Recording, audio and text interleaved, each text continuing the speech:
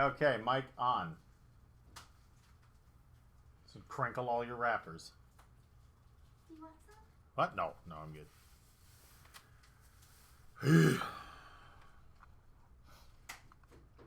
Now let's do ink. You know, when people show up. God, so much of this has to be like Steved.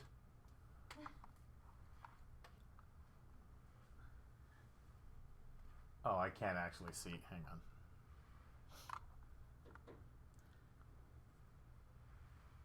Whoop. There we go. Oh. Terrifying. No, it's good. No, it's good actually. Okay, I guess people will get there when they get there. In the meantime, I gotta do my pen thing.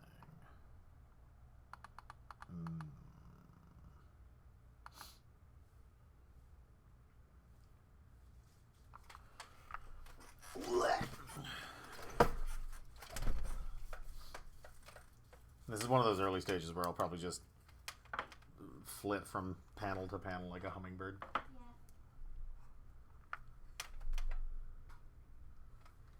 Getting all the easy stuff out of the way so I hate myself later.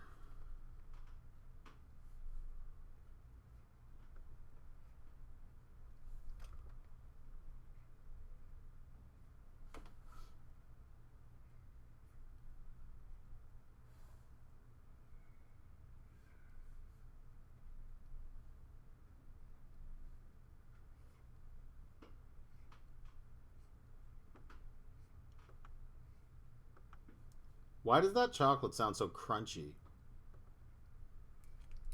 was in the freezer. Oh, I see. Oh, shit. Brush size would be helpful.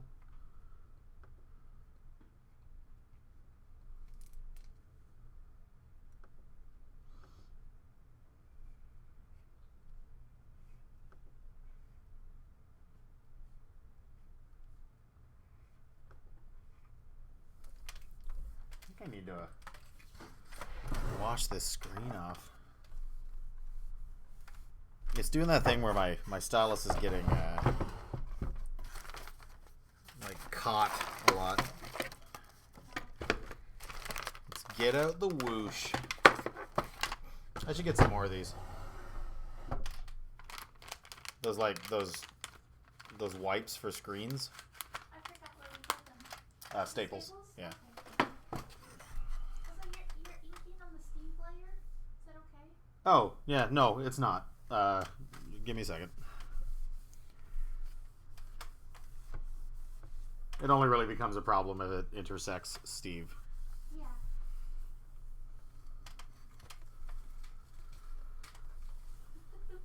The Steve layer. So just let me fix that right now.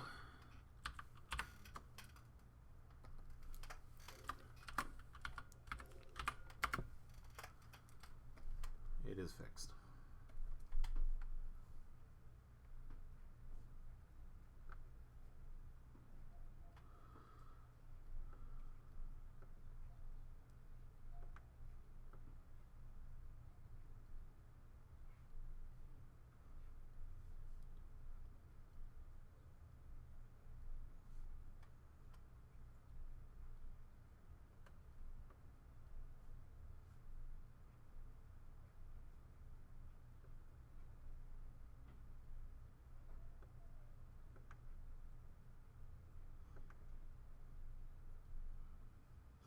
Oh, it goes without saying, let me know if anybody shows up.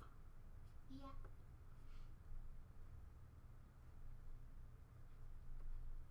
The creme de la creme. Thank you. You are welcome.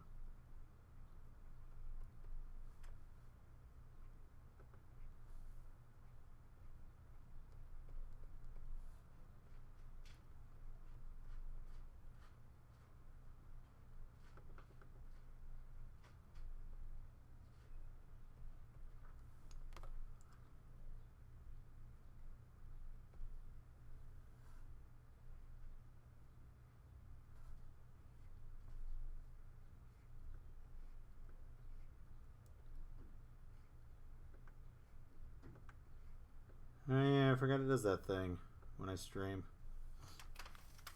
Like the... It doesn't seem to check the cursor's position as often, so I kind of get, like, polygon lines. Oh, Five's here. What up? Hey, dude.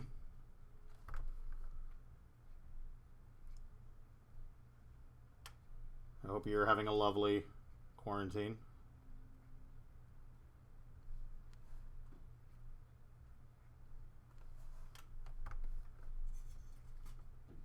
I currently don't have glasses on, and the chat is across the room, so we're currently in that setup where Jen's kind of reading chat.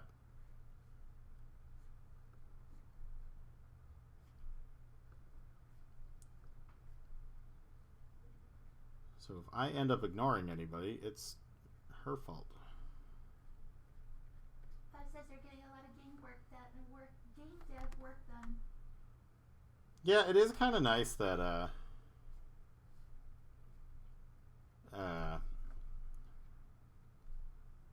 people are getting to spend more time with things they want to do but usually don't have enough time.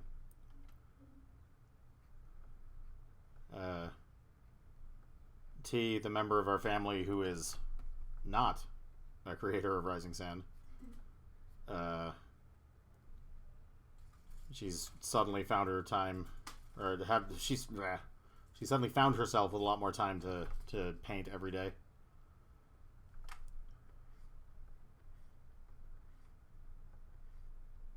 Ironically, she works in an art store but doesn't find as much time for painting as she would like. Can you see that? Yeah, I can see it. Like the fucking the like Nintendo 64 level hairs on Sorrel's head? Yeah. Look at that shit. Look at this polygon shit.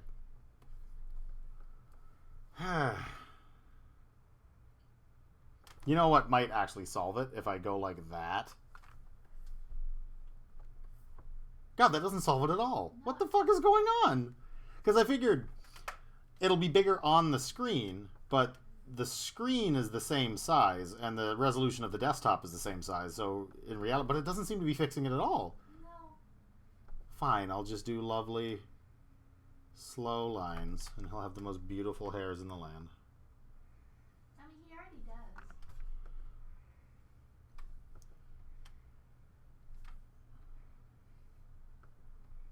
Nothing I do is conducive to streaming. Can't stream Photoshop colors because that, for some reason, shits the bed with OBS. Inking has this low poly shit. I'll just call it low poly for convenience sake.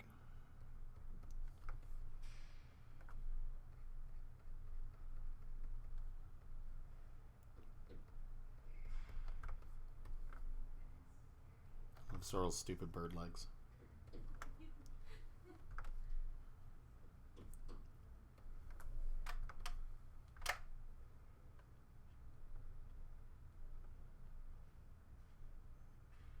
As per usual, I have the DM screen up to prevent spoilers. The DM, Steve, I guess.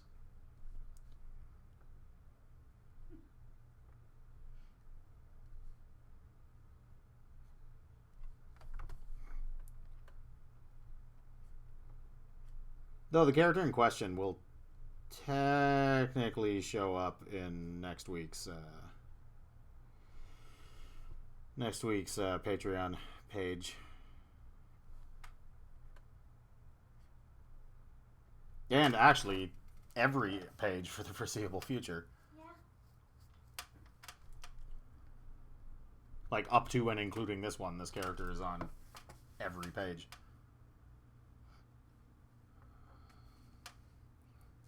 Five, I think you might be too new to the community, the RS community, such as it is. It's mostly a cadre of like 10 people. to know who this character is, but there are a few people who've been around for so long, they probably know who this is. Oh, hey, speaking of T, there she is. Hello. That's T, the one who doesn't make Rising Sand. That is beautiful. What's beautiful? The Show, flowers. show me the fucking beauty. I will, just a minute. T's currently the one playing Animal Crossing. We've been playing Animal Crossing like it's fucking Killer Instinct at the arcade. And I hate it. I do want a moment to... Oh, I thought it was an Animal Crossing thing. No, this is literally a painting of flowers. It's fucking gorgeous. This is amazing. Please put it on Twitter. Yeah, this is one of your best ones ever. Yeah. Use your dang Twitter so I can retweet you. I should try to use it. T does more fine art than we do, and her current... She bounces, but her current thing is watercolored flowers. It's fine. Yeah, you fucking nailed this. Thanks. This is good shit. Thank you. You gotta keep on this path of like not overdoing it, of just letting the blobs do the work, or letting the fields of color do the work. Thank you. Yeah. Good shit. What are they? She said apple flowers. So are there apple or cherry blossoms?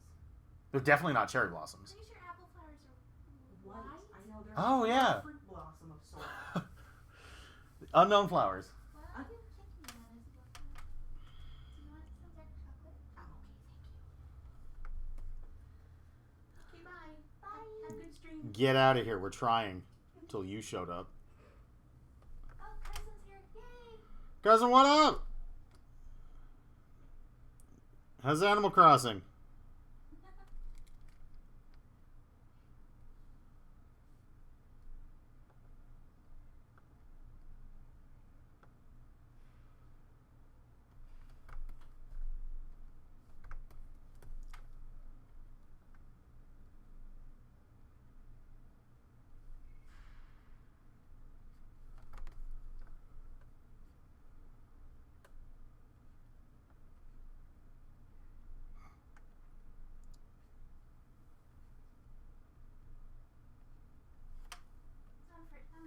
I'm excited for them to get the next page. Yeah, I'm worried because the next 3 pages are so low key that I feel the non-hardcore people will be a little bored.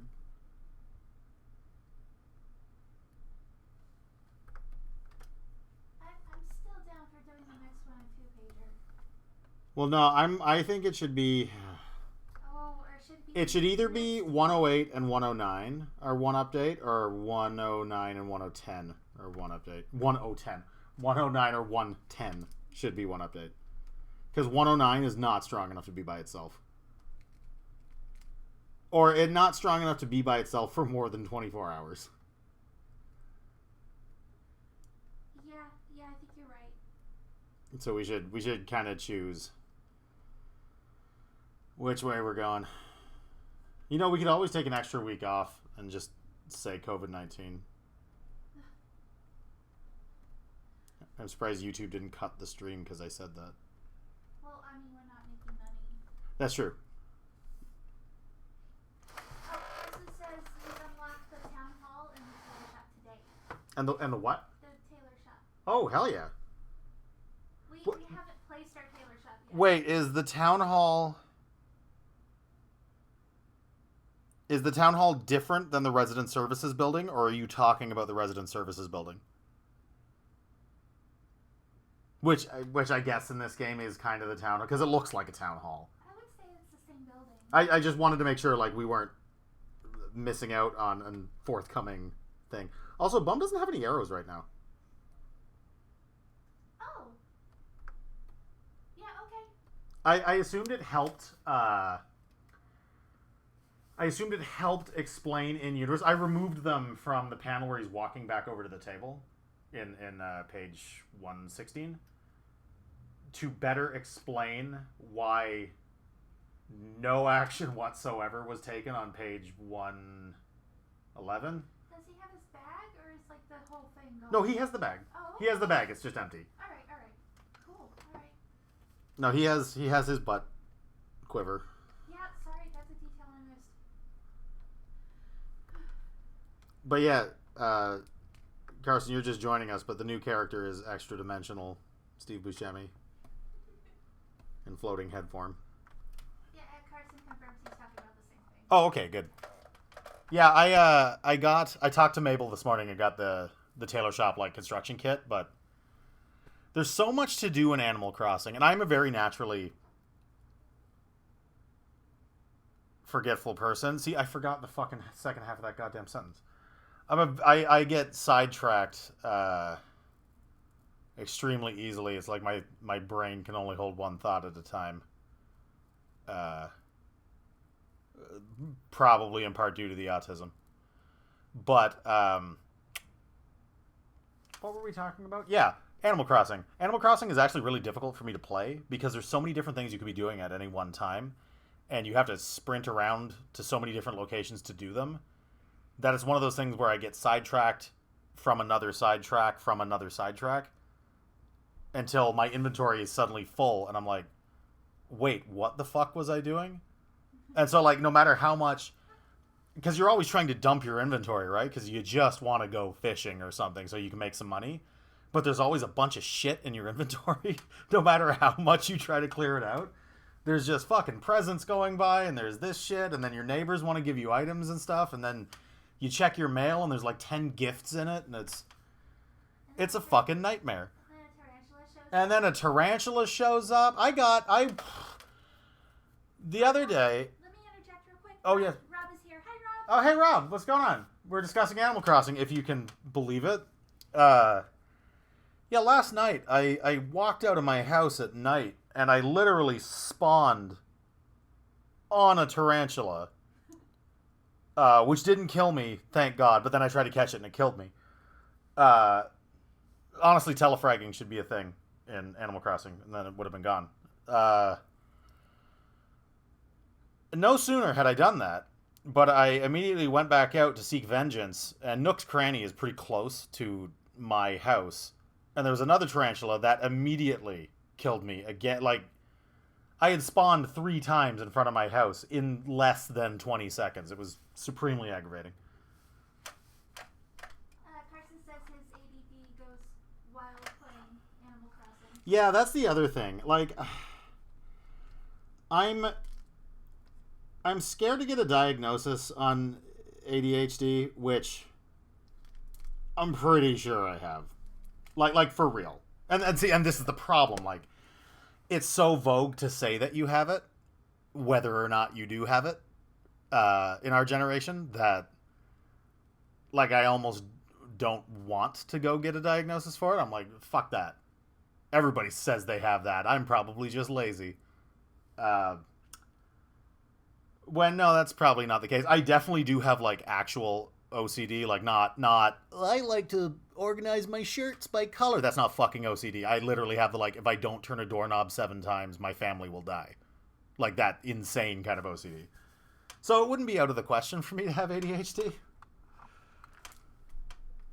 Five theorizes that it's Keb 2. That's an interesting thought. I mean, I guess, what do you mean by Keb 2? Do you mean another Eidolon? Because if that's the case, then no. In terms of, is it a character to take Keb's, like, narrative place? I'd still say no. Yeah, I guess I would still say no. 5 says you're joking, by the way. Oh, okay, well then shut up, man. Just shut up, man. Oh yeah, there's Steves everywhere. Steves everywhere. Yeah, we like Keb 2. Well, see, that's the thing. It's not like Keb is gone from the story. Like, you've already seen 2 flashbacks. And I mean, maybe that's not enough to yet establish the format of Rising Sand. Like, I don't want to say it's like a Memento, because it's not like we're doing the scenes backwards, but like there's a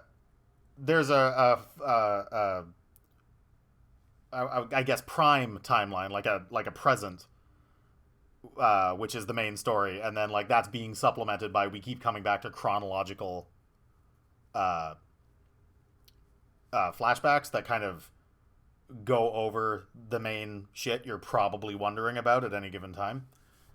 Like for instance, the confrontation between Dahl and Roe, and they talk about the leg, and they say some cryptic shit, which in the moment you have no idea what they're talking about. And then at the very top of Act 2, we explain kind of what they were talking about. Where was I going with this?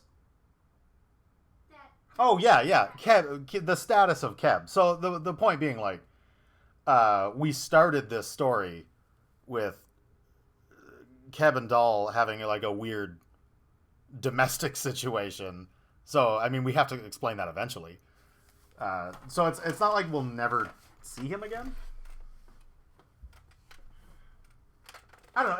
It's like the comedian in Watchmen. It's like the comedian is dead for the entirety of Watchmen in the present, but like he's still all the way through it in flashbacks. Not that I'm trying to compare Rising Sand to Watchmen. Five is asking, oh, so you're saying that we start near the end of Keb's timeline?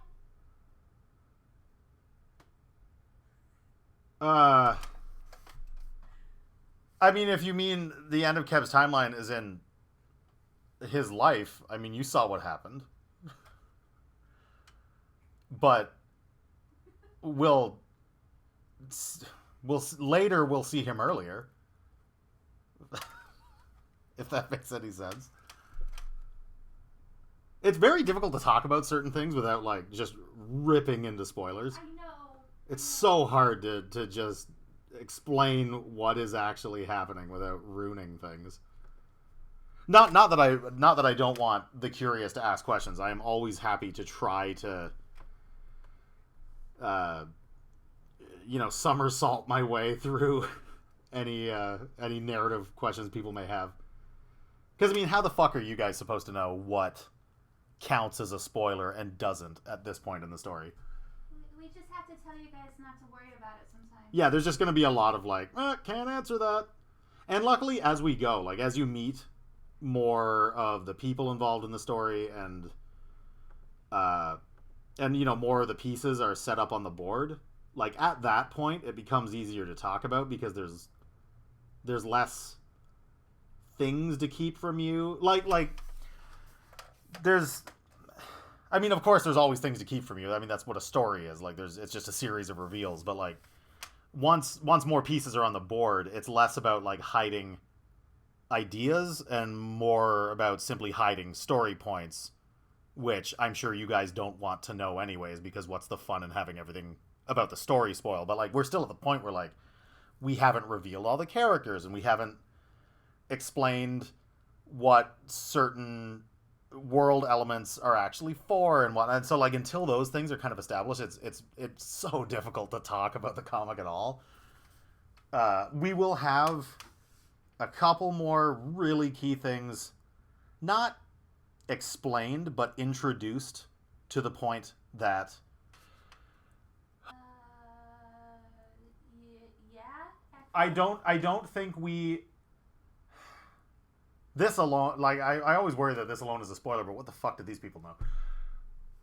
Where we, at least to the reader, reveal what is quote unquote really going on, Yeah. I think that's Act 4.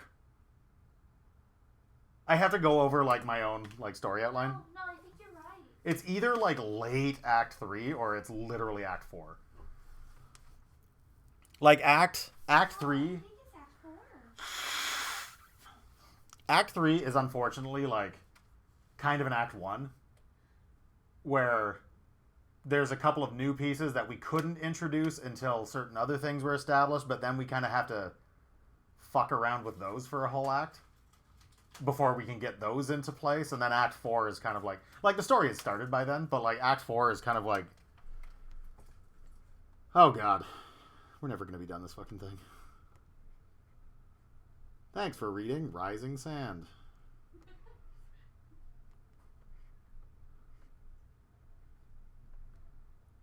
And after Act 4, that's where it starts to become hazy.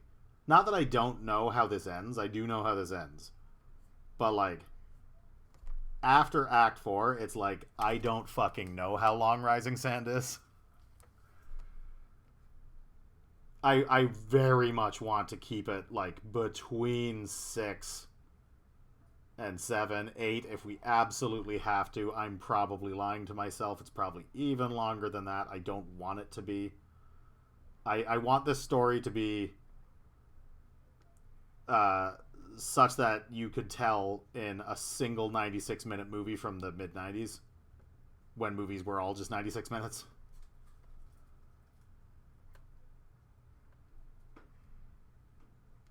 Oh, whatever. This is so small. Just black his eyes out.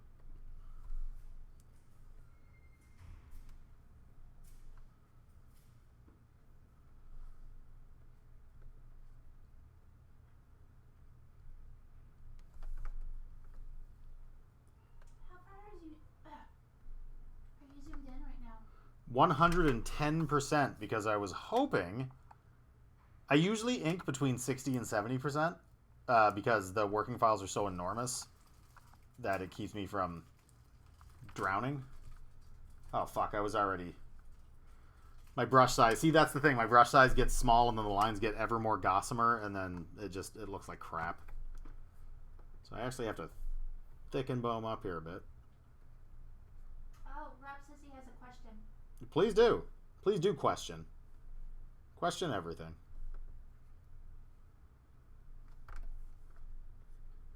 Oh, I also forgot. Well, Rob types.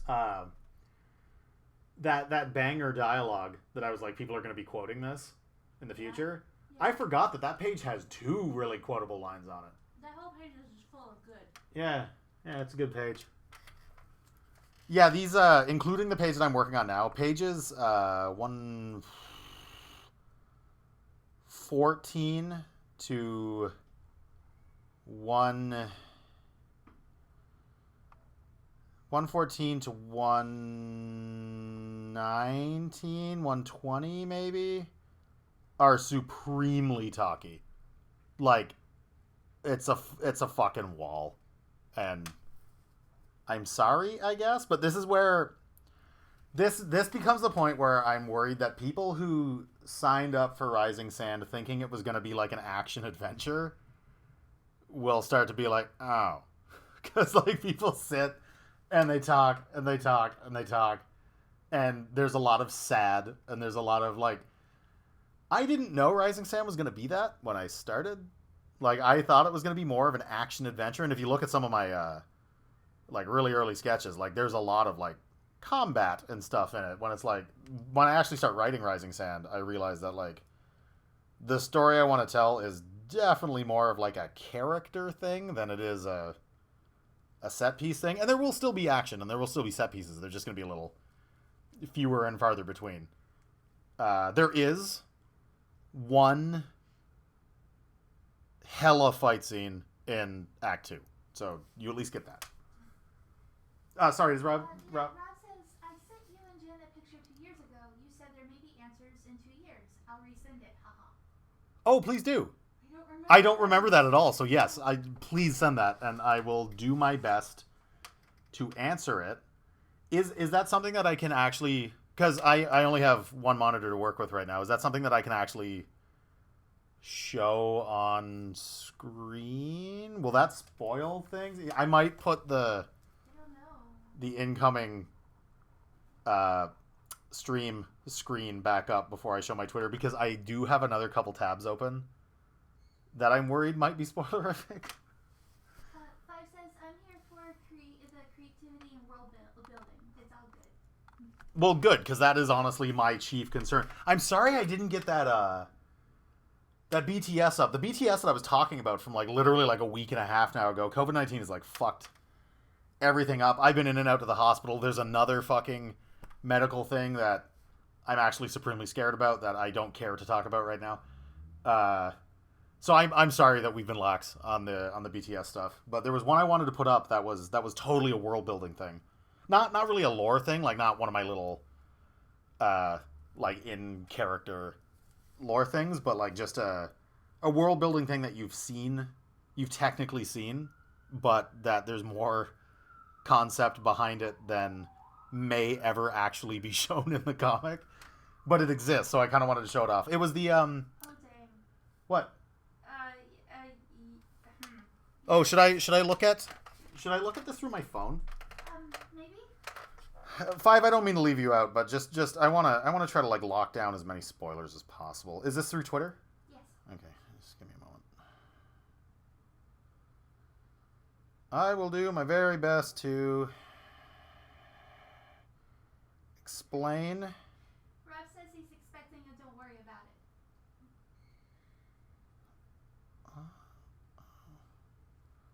Five says he'll cover their eyes. No, it's okay. I'm just looking on my phone. My reaction at the time to this, I guess I'll try to explain it in a spoiler-free way to 5. Rob has drawn us a beautiful diagram.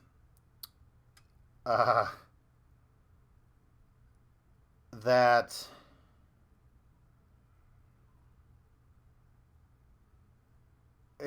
that posits a theory. And my reaction was, quote, "Dude, this is frighteningly accurate, and I cannot explain why for like 2 years. Don't worry about it."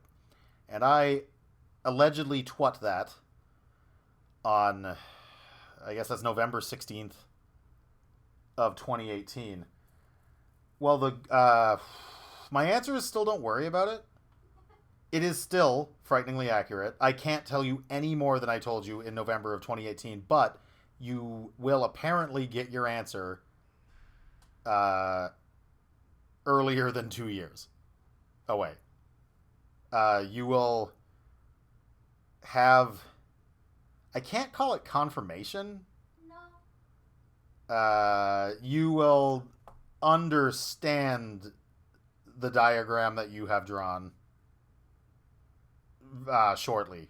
Actually, let me do the math. Oh, I'm so bad at math. What page are we on? 106? Is it 106? We're on 106 right now. And you will have your answer on page... Or not an answer. You will have... Closure? Yeah, your diagram will make... It may not even make sense. You will have information that will recontextualize your diagram on page, I think, 120. Is it one? Yeah, it's 120. I think it's 120. It's 120. And even then, it might not be an answer to the diagram that you have drawn, but it will provide additional information that may allow you to either update the diagram or... Oh, God, it's so hard. Like, how do politicians do this all the time? No, it's 119. How do politicians... Literally the page after this one? Yes. Oh, fuck off. Okay, so this page that I am currently quote-unquote inking right now, the page after this one, you would be given more information about the diagram that you just drew. I forgot about that. Part of the problem about inking is that the speech bubbles aren't on, so I don't remember what characters are discussing on these pages. And it's funny, too, because it shocks even me sometimes. Where, like, you give me the pencils back, and usually the first thing I do, and I didn't do it today, but usually the first thing I do is I at least type the final version of the dialogue. Even if it's not in the exact place where it needs to be, I type the final dialogue and move it roughly where it needs to be so I know exactly how much space we have for the art. Yeah. And that gives me a refresher course on what the hell they're saying on any given page. Because Again, I can only hold one thought in my mind at a time. I don't remember what any of these fucking pages are about. I wrote them. I did the layouts. I assume everything is in order. I pass it off to you. I get it back. I read the dialogue. I realize I fucked up somewhere way back a long time ago. We have a argument about it. And really, it's often just my fault because I can't remember what I was doing. But anyways, yeah, the page after this one will provide you with additional information vis-a-vis the diagram you drew 1.5 years ago. And I apologize for how boring that probably is for 5. So 12 pages from now. Yeah, in real time, that's 12 pages from now. So in real time, that's like, 4 months. No, not quite 4 months, because we are going to put either 108 and 109 or 109 and 110 together. What? Okay, we're on 106 right now, right? That's what's public? Correct. Okay, so 107 and 108, that's what we're counting the next update. No, 107 will be its own update. 107 is a 2-page spread. Well, yeah, but then why are we saying 109 and 110? What happened to 108? I said either 108 and 109 will be one update, or 109 and 110. Oh. Because 109, Right. I feel, is not strong enough to sate people for an entire week. Like, I think it's necessary for the pacing, but it's literally, that thing, and you guys may also know that thing that I bitch about on Twitter a lot, which is I don't want to read a webcomic where somebody walks across a whole page without saying anything, and that's my update for the week. That's what 109 is, literally. And I think it's necessary. I think it pads out the pacing a little bit, and in a book, it will be nice. But it's boring by itself, so I think we should pair it either with the preceding page or the succeeding page. I would say 108 and 109 should go up together. Okay. Yeah, because 110, it's not a scene transition, but it's like a perspective transition. Yeah.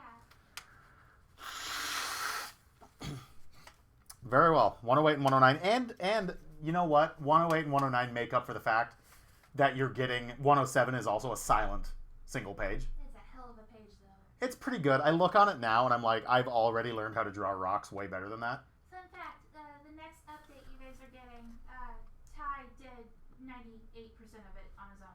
Oh yeah, that billboard that I twat from the Rising Sand account, like 2 months ago now. It's the page with that on it. And that was all Jen did for that page. Everything else was me. I only drew the art for the billboard. The rest of it was all him, and it's incredible. Also, Rob's response to you was beautiful. That's rich.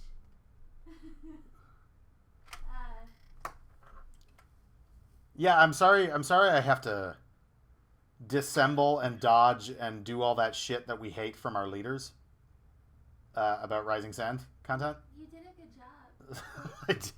Yeah, it won't get me elected, but I did a good job. Ugh.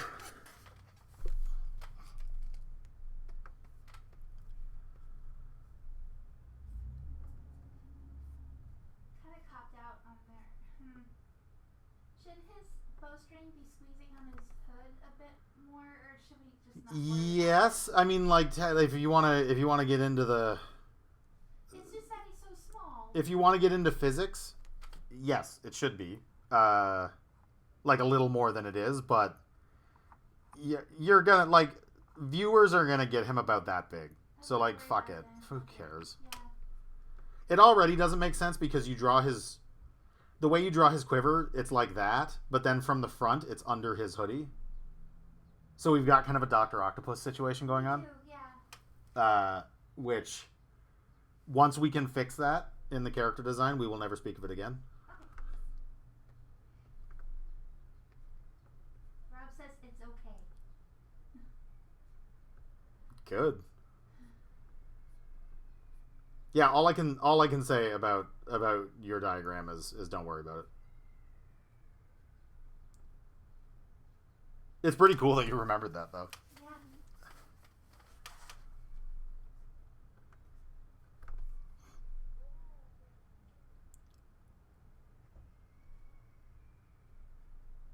Yeah, it sucks. I want to do new promo art, and I was going to when TCAF was still going to happen. I'm still going to because, as I mentioned on Twitter, Act 2 starts this summer is no longer... It's almost actively misleading at this point. So I do want to get new promo art out soon. But it sucks when you don't have a lot of characters anymore. or not characters who are immediately relevant to the story.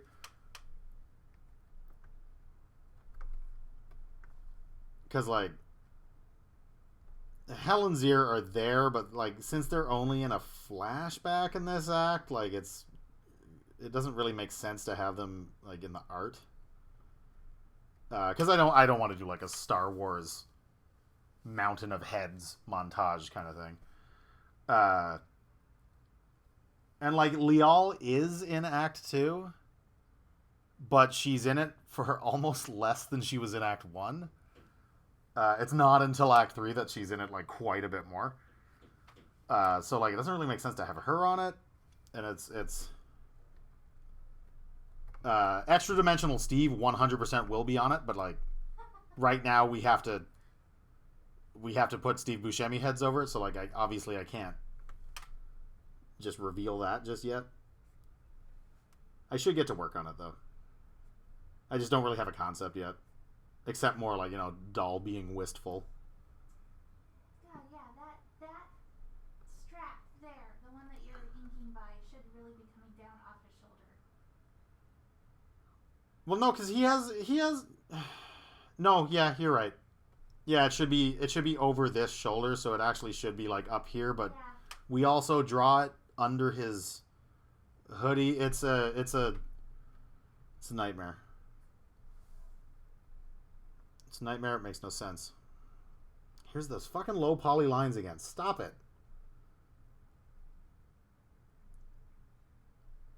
Stop it, Clip Studio Paint. I will say, since I started streaming, I have not even once encountered the dropped stroke thing I was telling you about. Oh.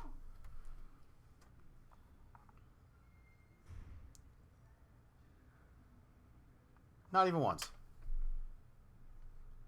Which is crazy, because, like, it was happening in an aggravating amount before I turned on OBS. Oh, boom.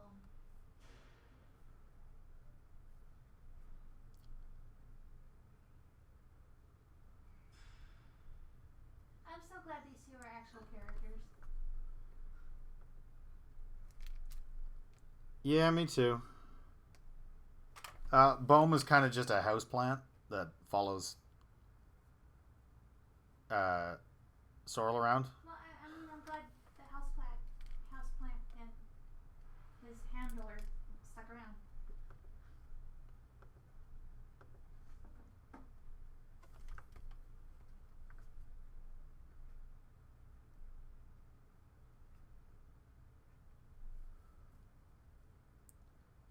Oh, I just had a good idea, but I can't tell them. Do you want to mute it real quick? No, I can tell you later if I remember.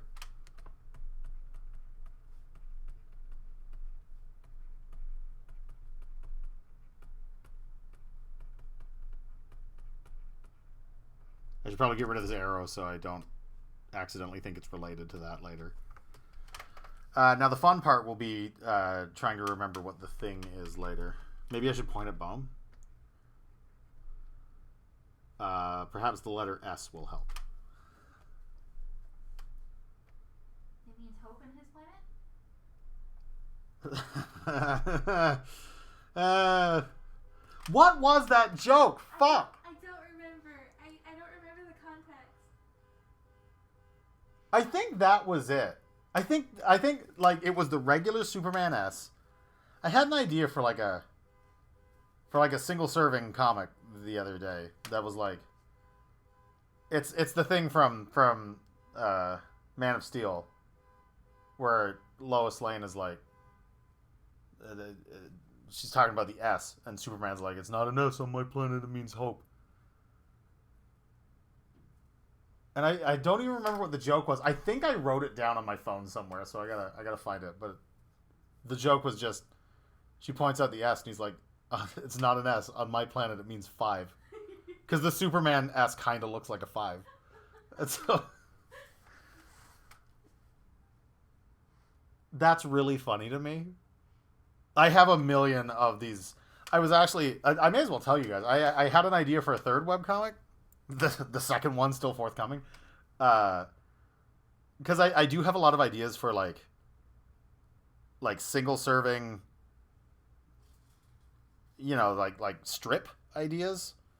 But the thing is, my sense of humor with those kind of comics, and this is the sense of humor that Afterlife has it as well. When I finally get that going, where the non-humor is the humor. Like, I love not so much trolling people, but I love, like, on Instagram recently, my Instagram story, I've just been posting just totally black screens and just the music of Merzbow. I don't know if you guys know who Merzbow is. He's a Japanese musician whose music is intentionally just horrible. It is like just nail on chalkboard, like TV static cranked up to like 14. It is completely unlistenable. And I enjoy it as art. I don't like the music. It's obviously shit. But I enjoy what he's doing as an artist. And in the same vein, like, I think the banana taped to the wall was brilliant. I like that a lot. And so, like, all my strip ideas, all my like 3-panel strip ideas are like real, like, to the casual reader, they'll think it's the shittiest webcomic they've ever read. But like that's what I love about these ideas is that they're so not funny that they're hilarious. Anyways, if I ever get that off the ground, I expect it to do terribly. And that will mean that I did it right. Rob has a couple of questions. Yep, please do. He says that we have seen a picture of the Steve character in a Patreon post, right? Or have we only got their profile? 100%. If you go back far enough, yes, you've seen this character. If you go back through our fucking Twitter far enough, you've seen this character. If you go back through my or Rising Sands Twitter far enough, you will see this character. The only reason that I put them back in the box is their introduction. I grossly underestimated how long it would take to get to this person. So yes, it is not. This character is not a secret per se, and if you want to know, you can find it. And so I'm sure Rob immediately knows who it is. But yeah, even 5. If you wanted to burn back through our Patreon or our Twitter, Or Jesus, my DA. or Jen's DeviantArt, this character's there, right out in the open. I just figured it would be more fun.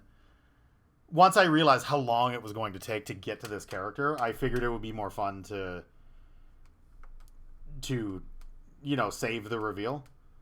And so, thinking quickly, I just pretended this character never existed. But yeah, that's why I've been saying for so long, like, if you've been with us for long enough, you probably know who this is. Because if you've been with us for long enough, and Rob, I know you have, then yeah, you probably know exactly who this is. You're awesome. The other reason, Jen says you're awesome, but like, she's not putting words in my mouth. I have chocolate in my mouth. Sorry. But it says I want the reveal. Oh yeah, no. If you're willing to wait, you will get it like really, really, really soon. Like this character is like imminently coming into the comic. But if you do look, you can find just straight up this character. This character is named. This character is like, hey, it's this character. Because we just thought it wouldn't take us this long to get to this point.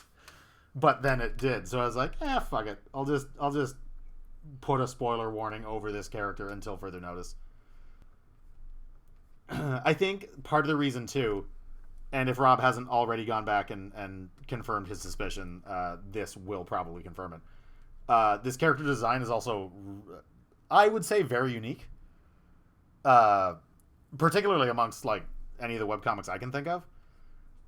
And with me, I'd like to think that the ideas I have for characters are pretty good. Oh, What? Jim Perry is here. Hey, Jim. Oh shit, Jim.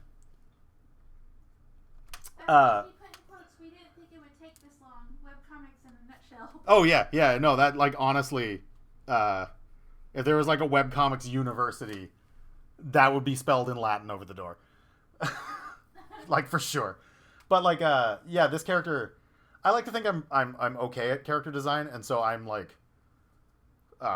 ferociously protective of set designs until it's too late for anybody else to do anything about it. As in like once they show up, once it's in my work, if anybody ever tries to rip me off, I can be like, I did it first. There it is. And ruin that person's day. And I've done it before. I will not throw this person under the bus, but somebody stole Keb like a year ago. And I was just like, you sure you want to do that? And that person did not continue doing that.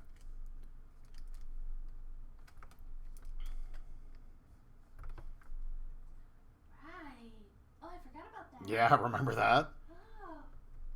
I don't want to say that person is now on my shit list because No. I still do respect that person as an artist, and I think that in coming into their own as a designer, I think it was just a hiccup. I don't think they did it intentionally. I think it was an accident, and then they were like, they just crossed their fingers. I wouldn't notice. Because, like, I understand the amount of work it took him to do that, to do what he did. And so after all of that work was done, like, what are you going to do? Not post it? And then he posted it. And within, like, 2 minutes, I was like, for real? And he took it down.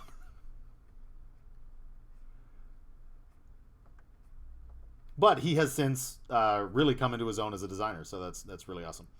Yeah.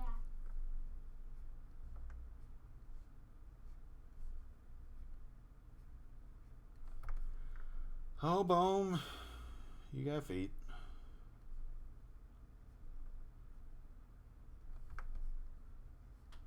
It's so weird drawing people with 5 toes. Yeah, once you draw enough self, it, How do we cram all these toes into our shoes? Like, I don't. That's why my shoes get fucking ripped apart. Between my literal lack of arches and my razor sharp toenails on my wide ass pinky toes, like, no, I don't cram shoes into my feet. Or feet into my, you know what I'm talking about.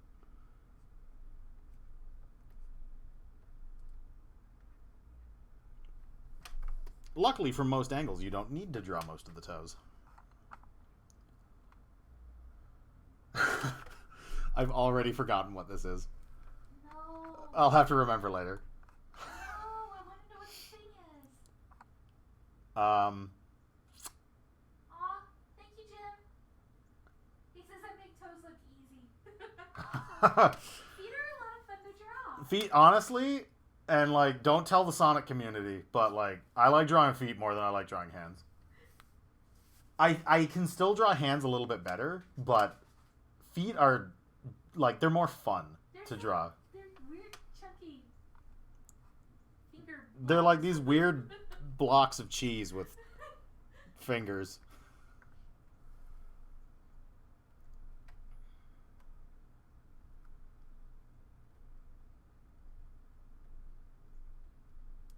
Oh, I don't know if you guys saw this because it was directed right at the Rising Sand Twitter account.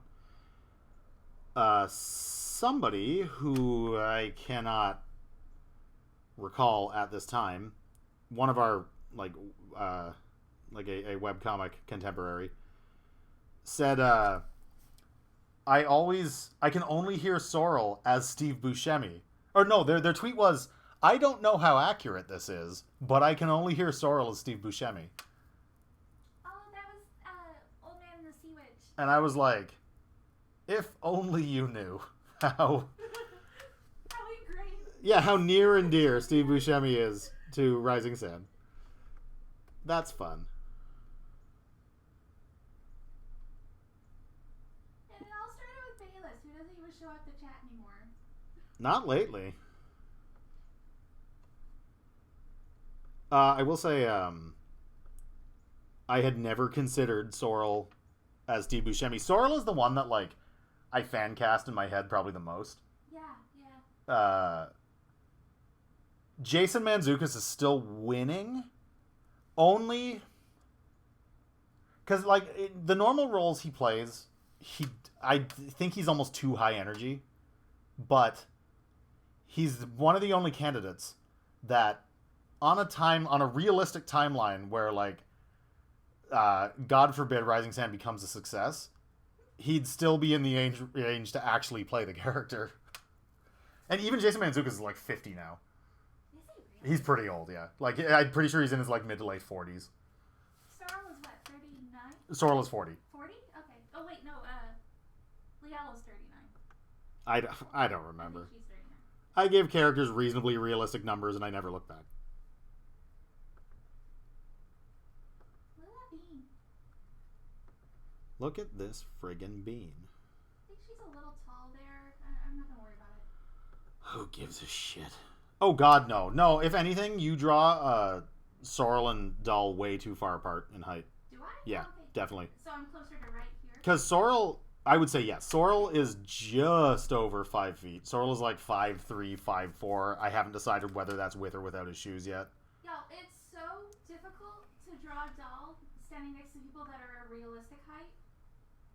Because for 2 years, I was measuring her against a character that's like 8 feet tall. Well, hang on. And now he's not around anymore. This isn't terribly Bohm is about 6 feet tall. Let's pretend these are reasonably accurate. Dahl is like 4 and a bit. So Dahl should actually be like up here. And then Sorrel should be like up here. Well, okay, Sorrel is kind of hunched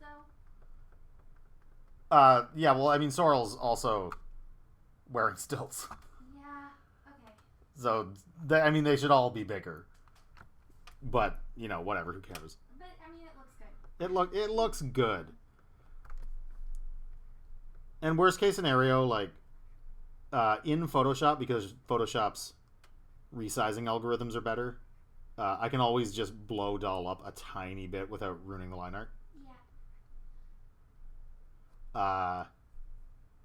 Hang on. Funny that Photoshop's resize options or like outcome is like way better. Sorry, you can see the hair of the character in question, like right there. You can see her below bone too. But yeah, Her hair. realistically, Keb is supposed to be like up here. See, the thing is, Dahl is just over 4, and Keb is just over 8. And while that doesn't necessarily translate if you actually draw the heads out, I don't know where I'm going with this.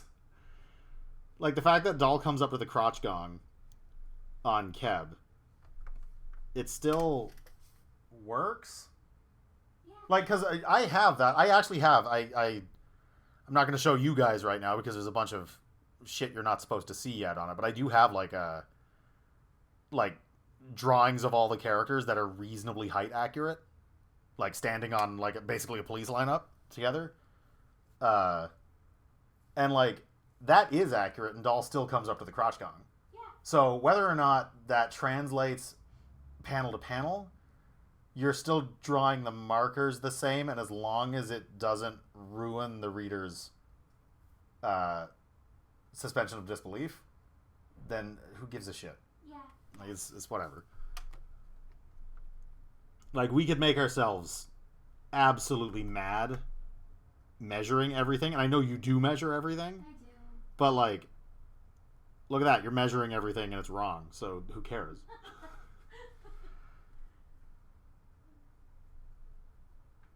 It's wrong, but it's a believable wrong. So, for the moment, we won't worry about it.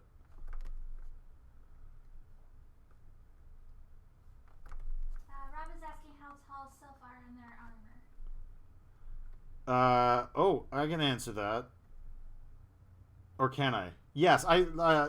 It's basically supposed to add like a foot. So like Ro is like the whole thing about Sylph armor, which everybody thinks are like powered mech suits, and we've never really gotten into it, but like it's more supposed to be like, what if Da Vinci figured out an exoskeleton? So like it's more supposed to be like mechanical, like unpowered mechanical wizardry, like pulleys and shit, more than it's supposed to be like a literal robot suit.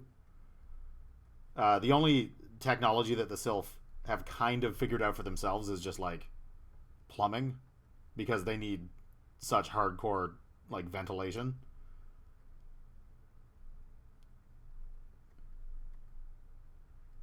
But yeah, getting back to your question, uh, Sylph naturally are like 5 and change feet.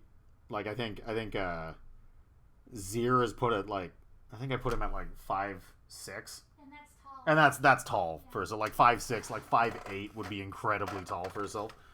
But in the suits, they stack up against opponents. Like in the suits, they're actually impressively tall. So I would say like 6 and change feet.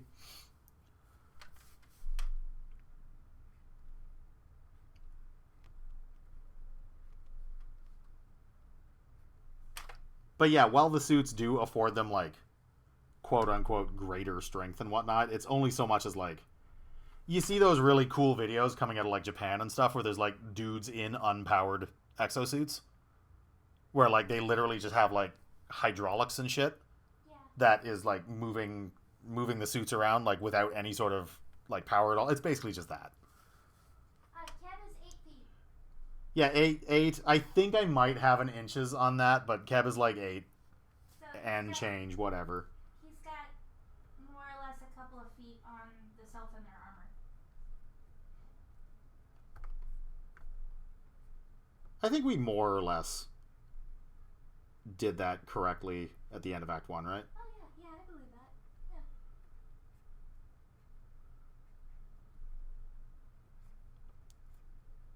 I was looking at those pages again, like the fight between Ro and Kev. We did good. We did pretty good. With all that we've learned since, though, I think the singular fight scene in Act 2 will probably be better. I hope we can do it better. Technically, there was a fight scene at the beginning of Act 2, and we rocked that shit. Oh, yeah. No, I meant more, I guess we can't call what happened at the end of Act 1 martial arts, but like more of a... more fist fighty. Yeah. More... Yeah, I'm excited to do that. It's so hard to talk about things when you can't spoil shit. I think what's coming in Act 2 is closer to what I'm talking about than what was at the beginning of Act 2.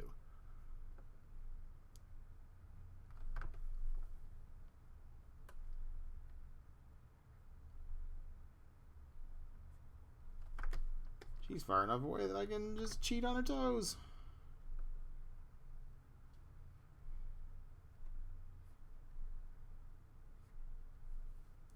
Oop. Oh boy.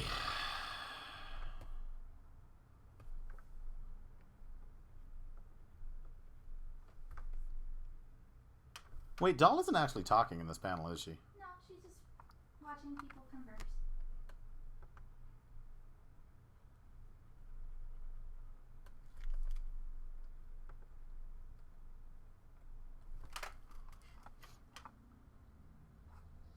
I don't know if you guys have been seeing from my screenshot, but I made Sylph eyebrows for Animal Crossing.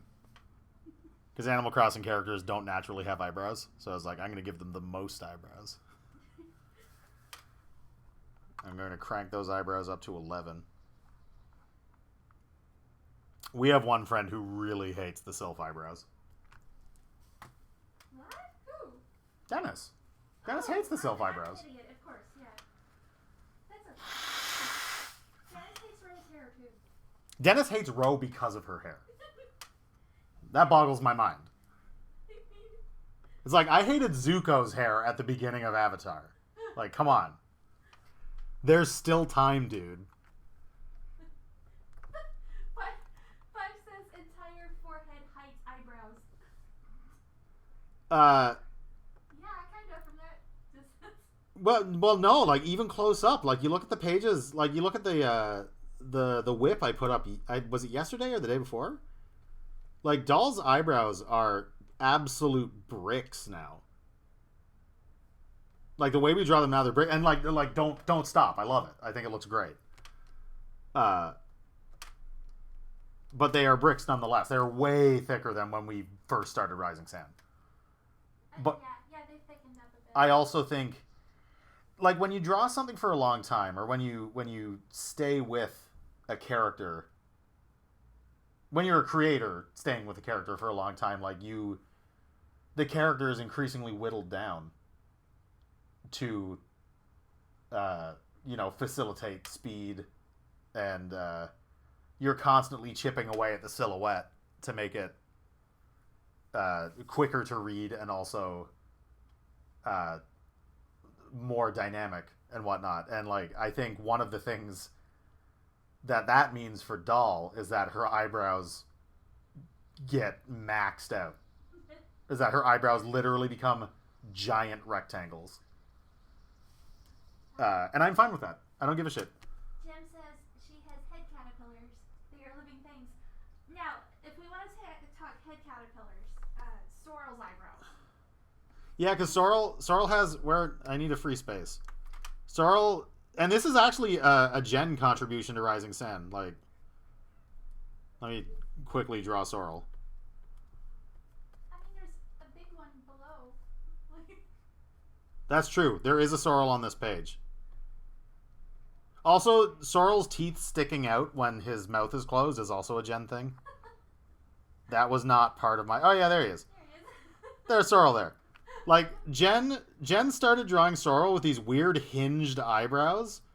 Like, Sorrel's eyebrows can just kind of do whatever they want. And, like, when he's sad, they'll kind of go like that.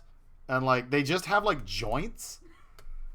And they're fucking insane. Like, no human being could do what Sorrel's eyebrows can do.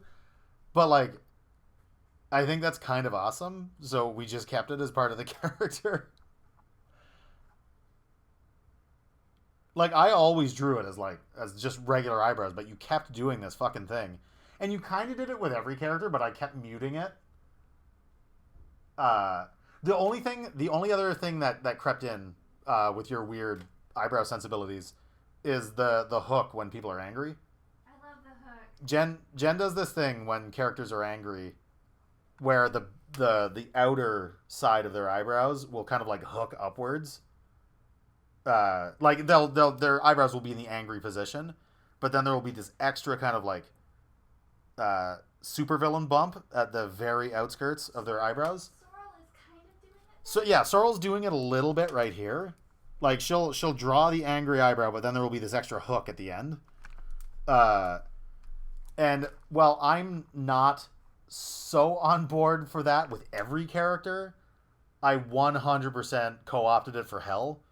You'll notice that Hell is almost always, like, it's practically part of our identity now, where she just has these giant hooks on the ends of her eyebrows. Whereas with Doll and Ro, I try to keep them more as just the bricks. Oh my goodness. Okay, so people are saying things. Yeah, sorry. For the people who joined a little later, the setup today, since I still don't have a 2-monitor setup right at my desk, Jen is reading the chat from the living room TV, which is like on the other side of the room, and she's just reading it out loud to me. Jim says Future Doll is simply 2 dots for eyes and a blackened forehead for eyebrows. Oh, totally. Yes, 100%.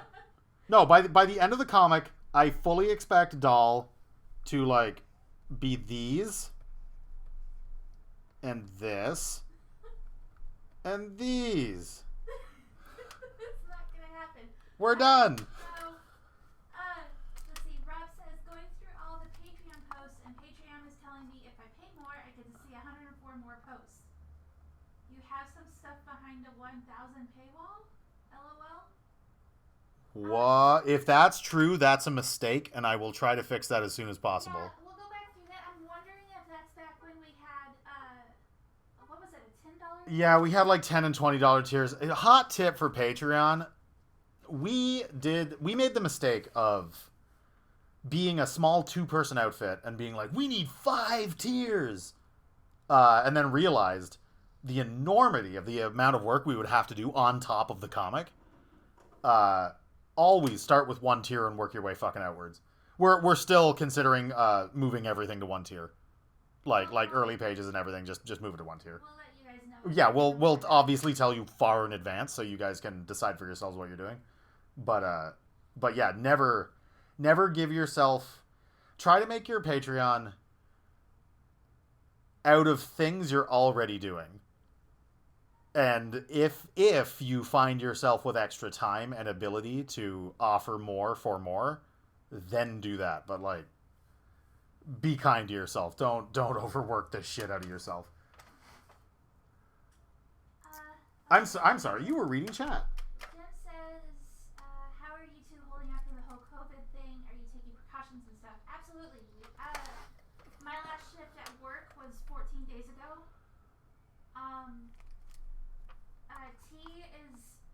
Her job is closed right now. Mine is closed for the foreseeable future. We were getting food, like groceries delivered because, it keep other people fed. But they went on strike. But they went on strike, and rightfully so. And so we have to go to the grocery store ourselves now, but like as little as possible. Yeah, there are literally they're enforcing lines around the sides of every store. So like I said on Twitter, get in that practice for the Great Depression too while you can. Or you're in for a rude awakening when it happens. Let's see. But yeah, we're being good and we're being careful, and I'm on my kid's case in Texas every day to be good and careful. And it also needs to be said that as for me, my life was already stay at home every day and make Rising Sun. So I'm kind of ashamed to say that as far as my experience goes, it is exactly the same. Nothing has changed. It's just the world outside is insane now. And it doesn't feel that different, except he is home all the time now. Other than that, it's the same.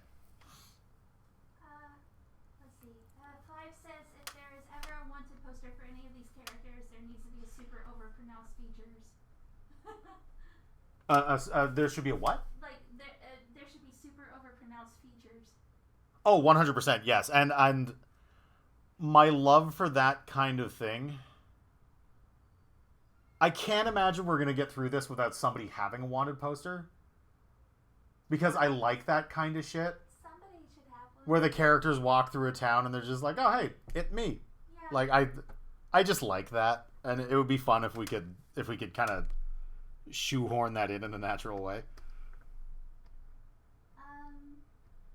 There are opportunities to do so, but again, spoilers, not gonna get there yet.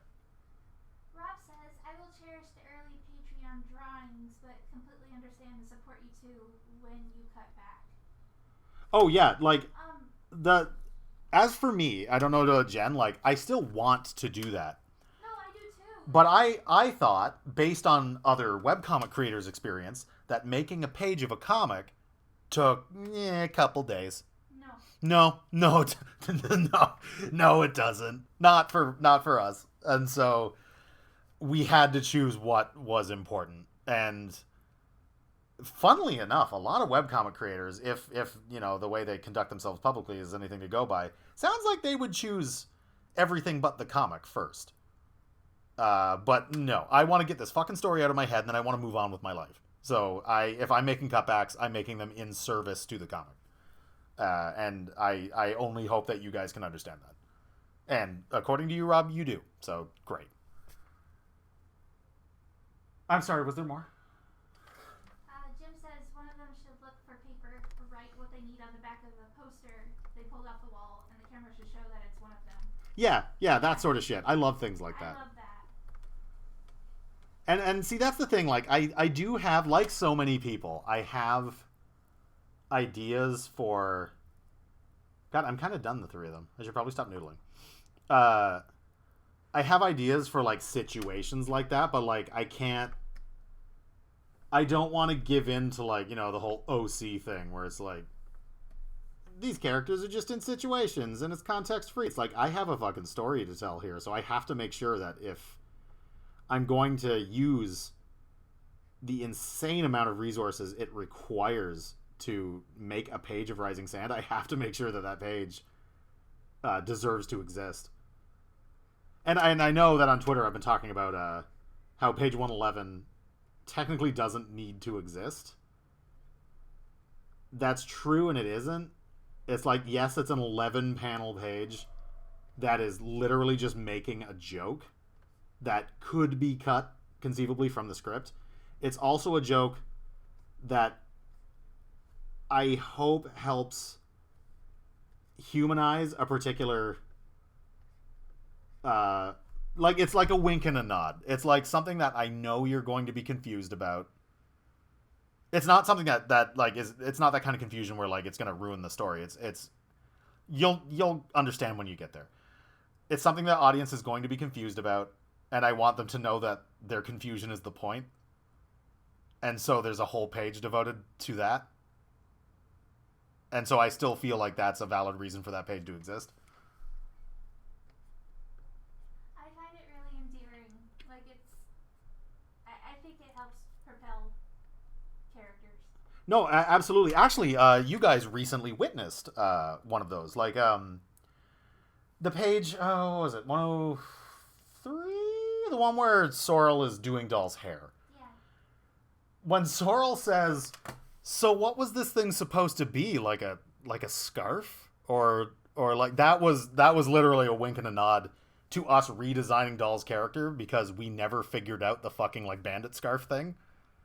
The whole reason it got ripped at the end of Act 1 and we, you know, red shirt, blue shirt, Bart Simpsoned her to the design she is now, was strictly because we were fucking sick of drawing that scarf.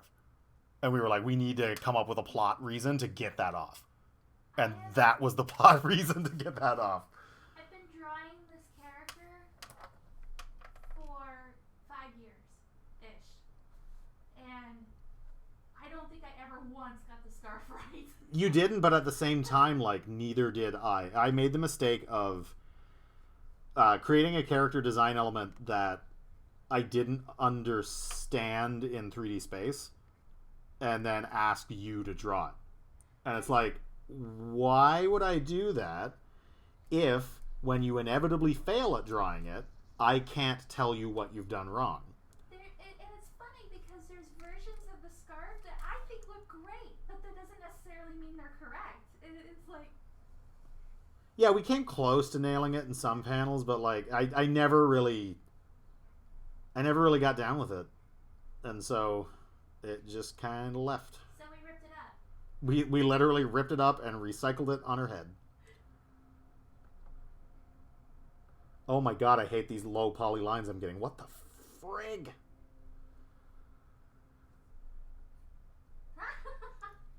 Chip says I sound like an Animal Crossing character. Right?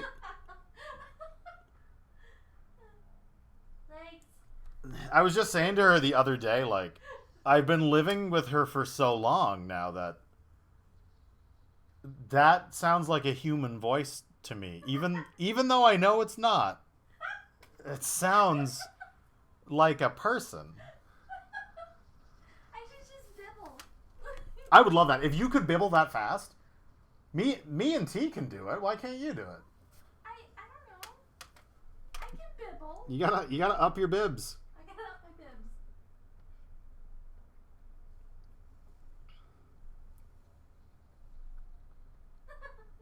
God damn it. Oh, another thing that I like that's like the wanted poster thing. And I hate how much this crosses over with the interests of quote unquote OC artists.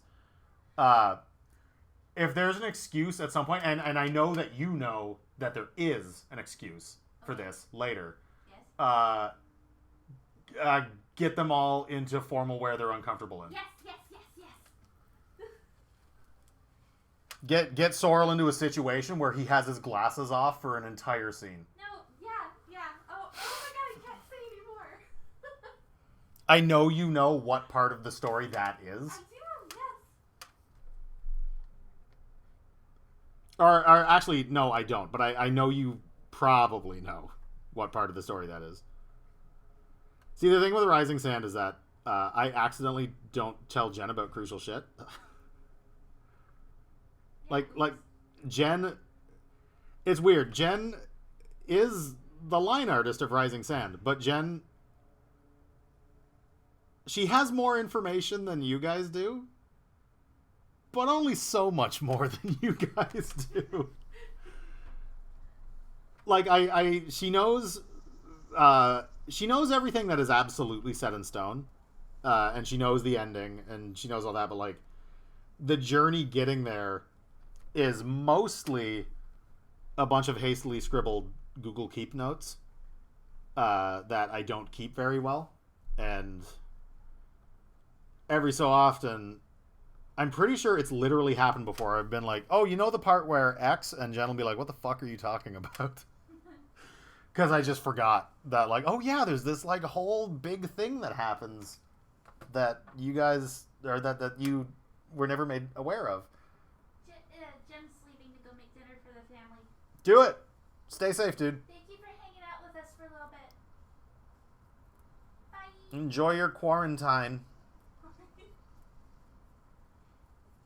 Swear to God, if I have to hear one more person make the "I thought quarantine were those little oranges" joke. I have not seen that joke. I've seen it like 6 times. That's funny. Like quarantines were those little oranges.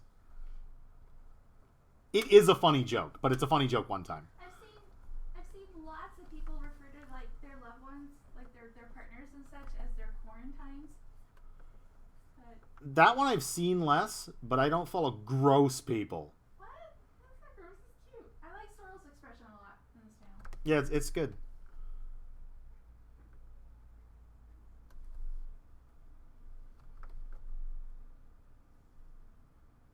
The way you draw the pudge bits at the edges of people's mouths is, it's always difficult for me to keep the way you drew it, Oh. because it's less of a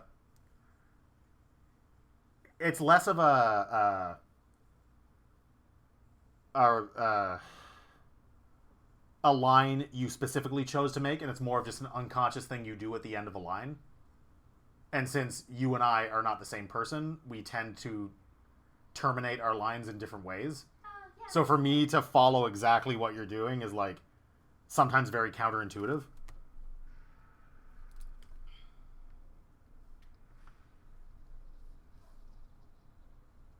And that's what I'm talking about, style. That's style. That's a perfect example of what style actually is, rather than what everybody thinks it is. Style is not remembering, this is anime, so I have to make sure the nose is exactly the right... Like, that's not fucking style. Style is the way you unconsciously draw the edge of a mouth, and you're not even paying attention to that. That's what style is. So that person who put "forgets own style" on that bingo card is like, the fact that that's on this bingo card means you don't know what style is.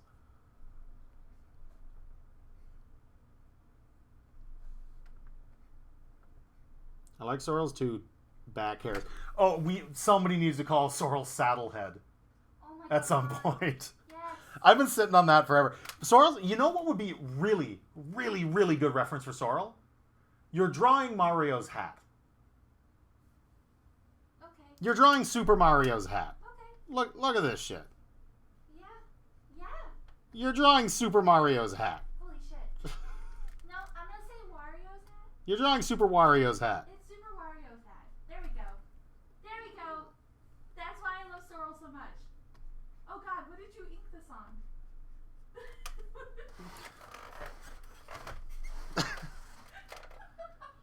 Yes.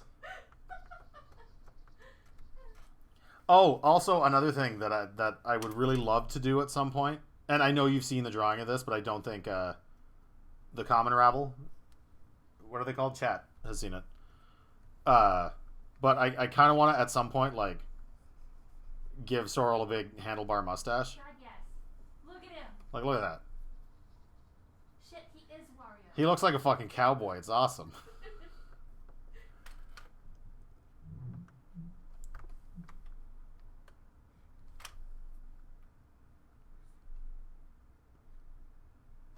It's funny. I was gonna make at the beginning of. I mean, I guess it still kind of came true. At the beginning of the stream, I was gonna bitch about how nobody shows up on Sunday, and it turns out that's still mostly true. But also, everybody's everybody's at home right now. It's not like. Oh, that's true. But Sunday is also again everybody's D&D day. Yeah. Wait, but everybody's at home. No, everybody's doing D&D like over. Oh, on like Roll20 and shit. Yeah. God, I could go for some fucking Dungeons and Dragons. Ah! We need to get back to what's his name. Oh, Boner Man. Legion of Rimnock. Boner Man.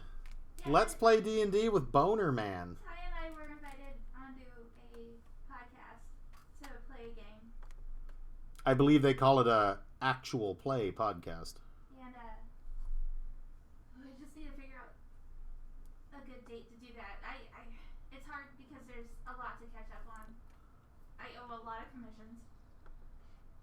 I haven't even gotten back to them yet. I haven't even been like, yeah, I want to. I should. I have kept him updated. I'm just like, we have a lot to do. I don't know when this is gonna happen. They do keep reminding me by liking almost all of my tweets. So I should probably get back to them. But yeah, I'm down. I'm sure I've bitched about it at length in the chat here before, but like D&D is kind of a sacred thing to me, and the way I'm so happy that it's so popular now because it's so much fun. But the way that like you can't play a game anymore without one of the players being like, "This should be a podcast." Like, shut the fuck up. Shut up. Just have fun living this story and like being able to like tell it to others later like it actually happened, like you're a fucking Klingon. Like, that's what D&D is to me. And the fact that like everybody's looking at it with like fucking dollar signs in their eyes because they desperately want to be the next fucking Critical Role is like, just play D&D. Just play it. Like, don't worry about where you're gonna fucking stream it. Just play it.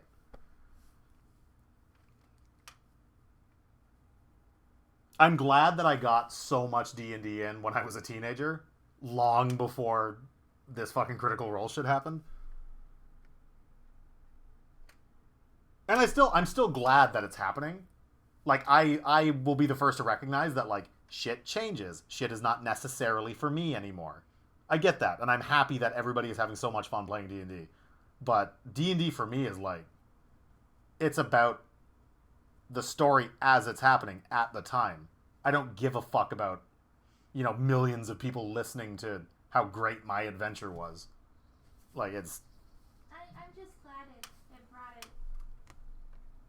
into such a loud part of the mainstream. Like, Totally. I'm glad that it's cool now. more people are involved in having fun and finding a creative outlet. It's really cool. All those people who just collect dice and show off their dice, though, I don't get that. Like, fuck, I've still got the dice that I was using in like 2004.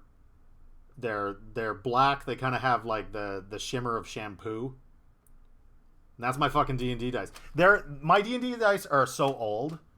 They still have kind of like rounded corners. Like these days, all dice seems to be like machined to the point that you could like fucking cut fish with them. And like that's cool. Like it looks awesome, but like I don't really see the point. And so mine are like old school. They look more like game dice. Carson says he tried to get into D&D, but a friend told him to read a gigantic instruction book, and he gave up. I definitely understand that. There's a lot to understand about D&D, and like I play so infrequently now that like I know I'd be a good GM if I played more regularly, like, due to my ability to spin lore and world building and shit. But like, yeah, the rules are pretty heavy. The good thing though is like, if you're a DM at least, you don't even need to roll dice, Because the very first fucking thing that it says in the Dungeon Master's Guide is like, you are the Dungeon Master. Anything that you say is law.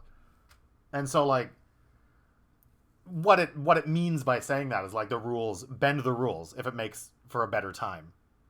Yeah, I don't think a good DM will just dump the book on their player and be like, go, read, learn. I really think D&D should be a learn as you go kind of thing and bend the rules. It is, absolutely. And, like, yeah, and that's the thing, like, don't kill players on day one. Like, the first... Just do like Matt did and make them lose an ear and an eye. Yeah, Like well, that. I've had a shitty DM before where he started up a level 5 adventure, didn't tell us it was a level 5 adventure, so we were level 1. The very first enemy we faced was a mummy lord, Oh no! and we all fucking died, and that was the end. No! And it's like, motherfucker, you're the dungeon master. You're not our adversary. You're not presenting a challenge that we have to overcome, and curses, they beat my mummy lord. Like, you're facilitating the fun of others. Yeah. And you have to tune that fun that it might actually become fun. And so, yeah, if people show up with level 1 characters to a level 5 adventure because you didn't tell us that it was a level 5 adventure, it is your job to give us a frigging break. No, yeah. And, like, make it so, we miraculously escaped. Also, Matt's here. Oh, hey, what up? And he said that Tam losing an eye and an ear was him restraining himself. Exactly. No, but see, Matt fucking gets it, though. Matt understands that the DM's first and foremost job is to make sure everybody has a fucking rocking ass time. It was so much fun. Sometimes a character will die. But like, if a group has been playing for like fucking months, a character's death becomes this awesome, honorable, totally metal thing. That's what happened in Critical Role, like the first season. I've never listened to Critical Role because, like I've explained here, Yeah. I don't fucking care. Well, I'm just saying to your point, yeah, that's exactly what happened, and it was devastating.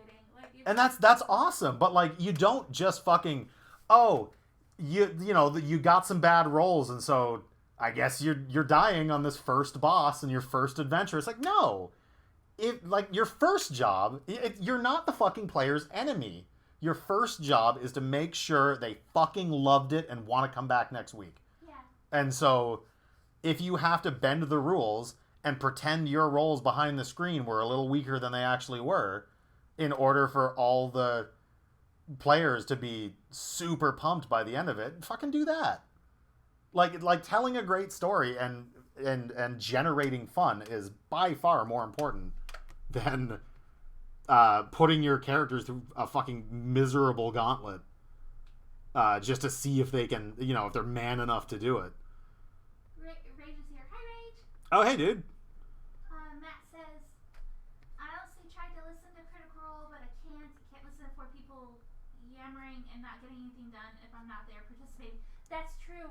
Like, I was only as informed on it because I listened to the 5-minute recaps.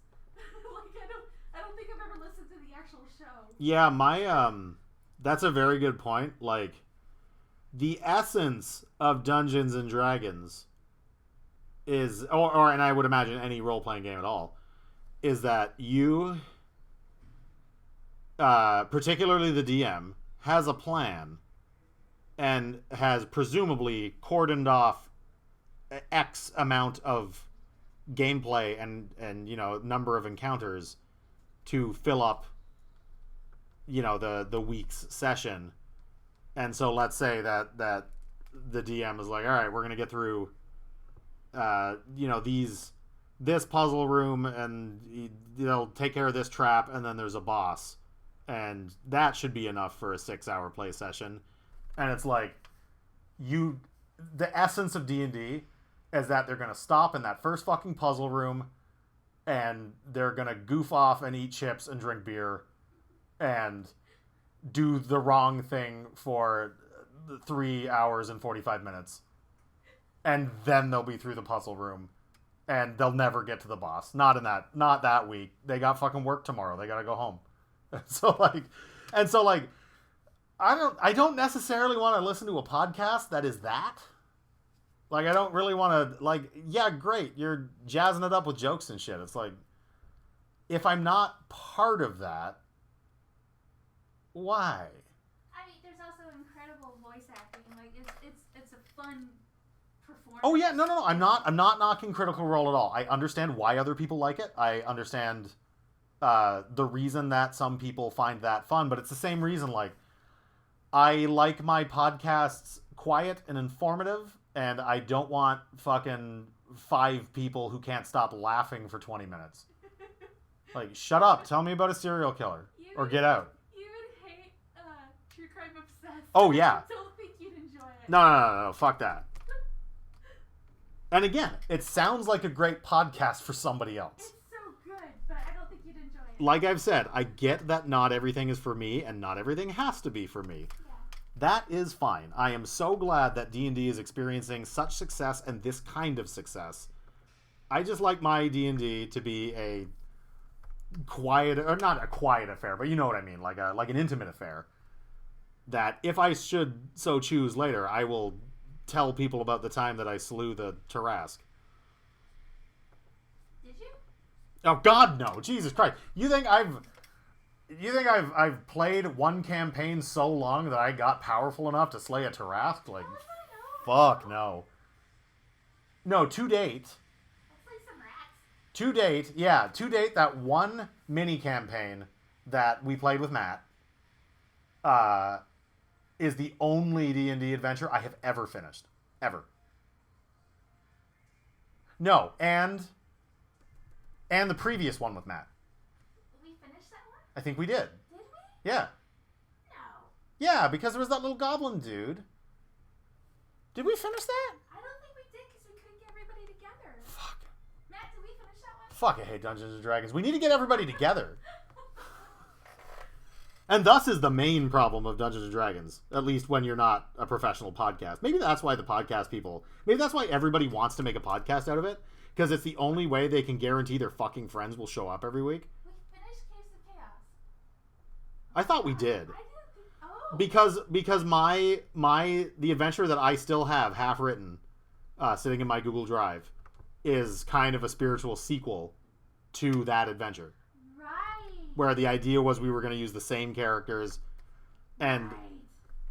the idea was it was almost a Star Trek thing where it was like the same characters, but they're kind of in just another adventure of the week. That was fun. Right, because Tam got, I think her eye magically... I think she got a magical eye? I don't remember. Maybe. Whatever. You look like Kano now. You got a magical eye that can, like, see the future, but you have to talk in an Australian accent. Oh no.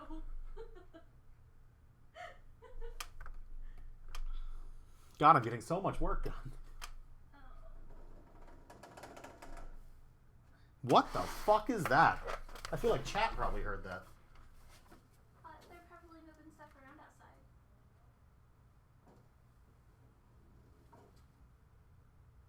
If they are, it's a mystery to me. There's a Hot Wheels car out there, though. Ooh. It looks like a little delivery car or something. We should grab the Hot Wheels car. But what if it has coronavirus? I mean, we'll wash it. What's the kid's name? I can't remember his name. What's the kid that keeps dropping his fucking shit? There's a kid who lives above us who drops his homework like off the balcony. Starts with a D. It's like DeQuindre or something. No, what is it? Oh, I don't remember. Fuck. But he has to be like 7, and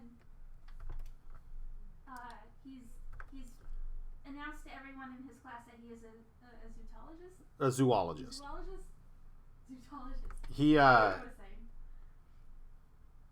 Yeah, we only know his name because he once threw his homework over the balcony. Jadante. Jadante is a zoologist, and he's like, can't be more than 8. probably like 7, 6, maybe. I'm thinking 7, but like, yeah. I root for him. I want him to be a zoologist. Oh yeah, any kid that is proudly declaring on their, like, you know, when I grow up homework that they're a zoologist, like, fuck yeah, nurture that love of science. Do it.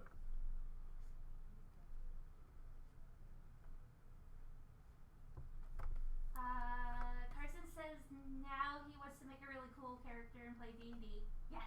Oh yeah, fuck, like, dude, it is overwhelming. It is an overwhelming game. Even if you get a really good DM, it's hard to remember everything you have to do, and like trying to manage the self-consciousness of that, and it manifests in not only like repulsion from the game at large, but like you get all those people who are always asking, you know, can I do X? And it's like, no, this is your story, man. Like, I think players don't understand the agency that they have in playing D&D, and it's like, if you want to do something, you just fucking say you're doing it. And it's like, don't worry about the consequences of your, I mean, like, worry about the consequences of your actions, but like, don't worry about speaking like as the player, not the character. Don't worry about the consequences of your actions. If the DM is good, he will roll with whatever you're doing. So it's pun not intended. He will roll with whatever you're doing, and like it's up to his storytelling prowess. So like, even if you suck shit at D&D, it's the DM's job to translate that into a good time. And so if you're not getting that, it's probably your DM just sucks. Because like even the most green, lost D&D player should still be able to have a good time, because a good DM should be able to like adapt and inform players on like what to do next and stuff, and be able to just like get on with it and just be like if you don't know what to do, the DM should be able to just be like, oh, okay, you're gonna need this, this, and this dice, just roll that and then tell me what it is, and we'll move on. Yeah, Matt, you're really good at that. Like, I am brand new. Like the last campaign we played with Matt was like my 4th time out. Like it was, I'm really new to it, but Matt like helped walk me through it, and it was a ton of fun. Yeah, dude. At the risk of sounding like, please don't take this the wrong way, I didn't expect you to be as good a DM as you are. You're super good. I mean, I've had very few DMs in my life, and you and Tyrell have made up the bulk of my D&D experience. And while I would say that Tyrell's strength is his ability to spin, due largely probably to the fact that he's a sociopath who lies a lot, his ability to instantly spin any dice roll into the next thrilling action in the story is exceptional.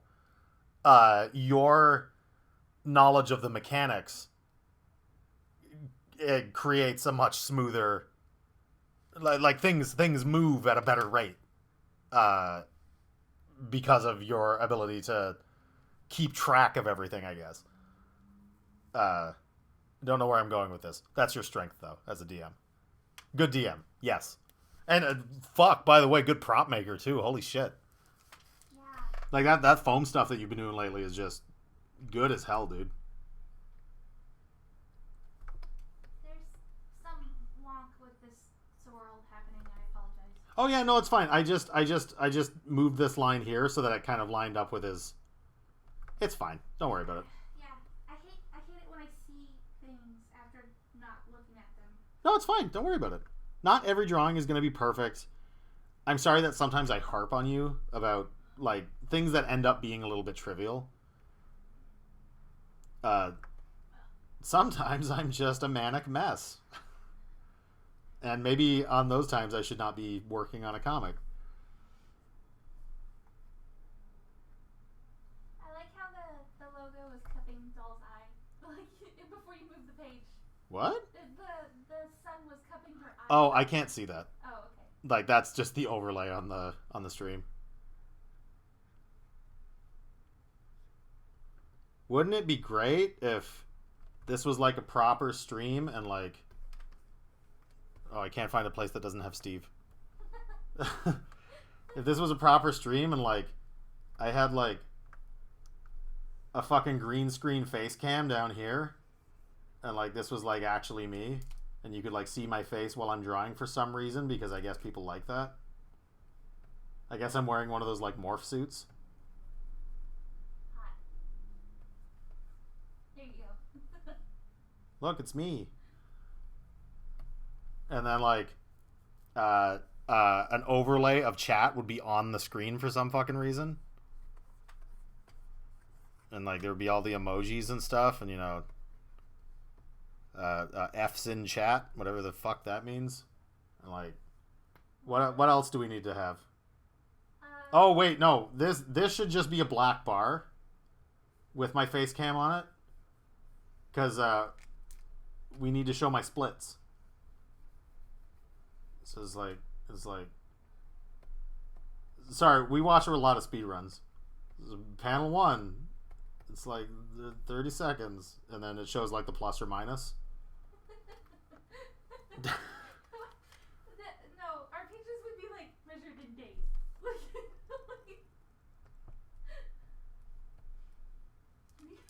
Watch me draw. Honestly, I wouldn't be completely averse to a face cam. I don't really see the point. Like, you're using up screen real estate so you can watch the fucking Sasquatch talk by the light of his own Cintiq. Fire says a heart rate monitor. Oh yeah, no, I gotta get that. Gotta get that heart rate monitor. My resting heart rate, by the way, is like 96, which you'd think was fast, but it turns out the a normal human heart rate is like between 60 and 100, and mine is on the high side. Oh god, what else do we need? Oh, we need like fucking we need like Twitch like bits literally raining over the screen whenever anybody donates. We need like the shower of emojis whenever somebody emojis. And we need the fucking like Luke Skywalker 777 just resubbed. I hate this. How long ago did you save? Can you get rid of all this? I hope so. Well, I mean, it doesn't look like it goes over anything. Like Sorrel's okay, so I can just get rid of this. And see, the thing about Twitch, I understand why Twitch doesn't do private streams, because everybody would be pirating everything. I get it. But like, does Twitch also understand that if Twitch did allow private streams, I would drop YouTube in a fucking heartbeat. I could not drop YouTube fast enough. If like I would pay for the fucking like pro membership so I could have all the things and stuff. Like I would set up with Twitch, no problem. I would use it outside of streaming for Rising Sand, because if we could turn the private like on and off per stream, like we could do like game streaming if we wanted to. We could do all sorts of shit. But I was like, Yeah. Twitch doesn't allow private streaming, so nah, fuck it. Carson says that would be your final evolution when millions read RS. The whole overlay thing. Oh, probably, yeah. No, like I would love like a more legit setup. Like I wouldn't mind having, you know, like motion graphics and stuff like that. Like not like I was describing, but like that time Matt, after the incident with Tyrell, and for Carson and Five and everybody, for your context, if you don't know who this Tyrell we occasionally refer to as, he is a one-time friend of me and Matt's. Me and Matt are like childhood friends. Matt being Strange Ape in the chat. And we had another friend named Tyrell who many of our most treasured memories and adventures were shared with.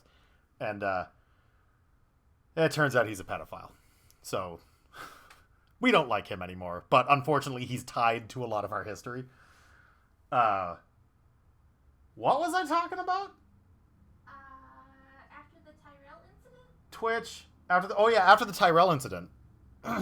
The incident being the revelation that he was a pedophile. He, of course, said that he would leave, because this was during Me Too. He was like, I will leave for a long time to think upon my actions, and I will come back, and for some reason I sound like the Brain. And then like the next week he was back. And so I was steaming mad, because this person who had been my friend for virtually my whole life turned out to be a scum of the earth piece of shit. I and Matt decided to hate watch his first stream back. And like, holy shit, the motion graphics before his stream, the only thing that was in my mind, because there was like a smoke machine and there was like a spotlight like searching around the screen, like, and it was like stream starting soon, and you could hear this like EBM music starting to like get louder and louder, and I was like, is like Michael Jordan and the fucking Toon Squad gonna show up? Like, what the fuck is going on? Is this Space Jam? Because it's just neon lights and like this was in real life stuff? no, this was like the graphics that he had before starting the stream. Oh, And I was like, what the fuck is this? And of course,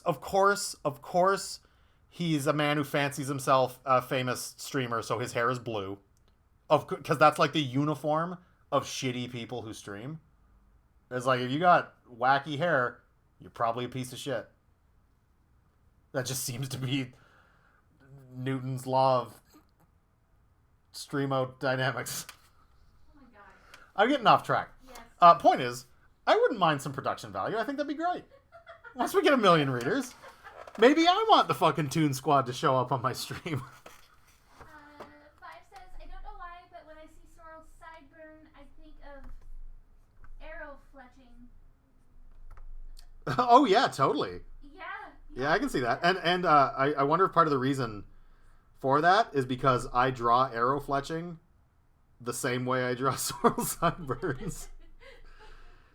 There is a common language there. Matt said Tyrell's thing is like, it's like the amp up before the leader of a pyramid scheme comes out to tell you about the great product he invented. Oh my god, yes, it is like that. It's like fucking, what's that guy? Who's that self-help piece of shit? The guy with the big teeth. Tony something. Tony. I want to say Tony Lava, but I know that's not his name. That's a great name for a fake character who's a scam artist, though. I'm Tony Lava. But yeah, but like that guy, when like a self-help guru comes out and he's fucking running on stage, running while pumping both his fists, and like it's purely just like corporate in the crowd, Yeah. because those are the kind of people who think they need fucking life coaches. Rage says Tony Robbins. Tony Robbins. Tony Lava. Tony Lava is much better. Tony Lava is like I would change my name to that. No, That'd be way better. I'm not gonna call you Tony Lava. You know, when I get the third webcomic going, You're gonna go by Tony Lava? it'll be by Tony Lava. That's amazing. And then you can click on Tony Lava and it'll just take you to my Twitter. Actually, that really fits. That fits with the whole, like, shitty comedy that isn't funny kind of thing. Who is Steve Ballmer? Oh, yeah, Steve Ballmer's, he's the bald Microsoft guy. Oh. He's developers. Right. Okay. Steve Ballmer was actually a guest on Wait, Don't Tell Me, like several months ago. It might even have been a year ago now. Like, he's fucking cool. He's a cool guy. Like, I didn't know that about him. he's the first to admit that, like, his persona as the insane Steve Ballmer is silly as hell.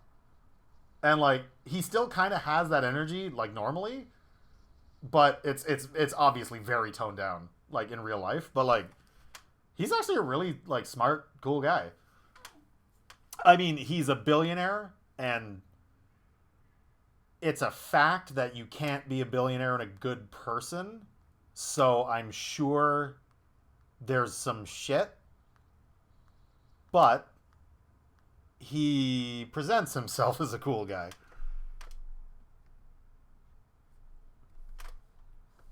No, there we go. Does he get his tooth? Oh, yeah. God forbid I forget his many snaggle teeth. Well, I mean, it's important. I like that you draw the, like, neck fat. So that Sorrel could, like, do... Like, if Sorrel was, like... a boomer dad trying to use a laptop. Oh no. First, got to get the important things out of the way. I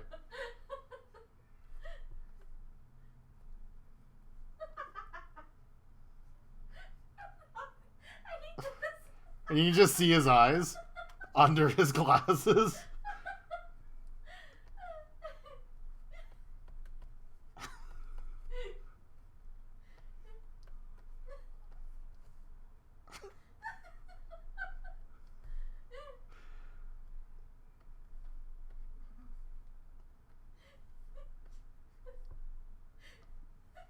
Chad is losing his mind. You're too.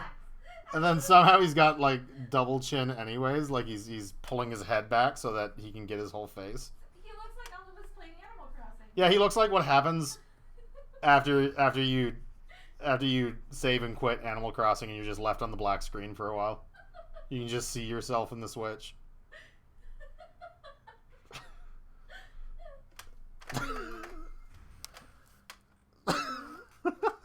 Oh, and then you can always see like a bit of a ceiling fan in the background and like a bookshelf.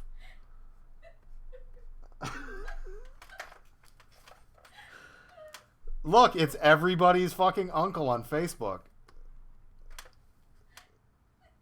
And he'd still make this like his profile photo everywhere. Make Urge great again. Oh no. No. No. No. I hate this. I hate everything about this.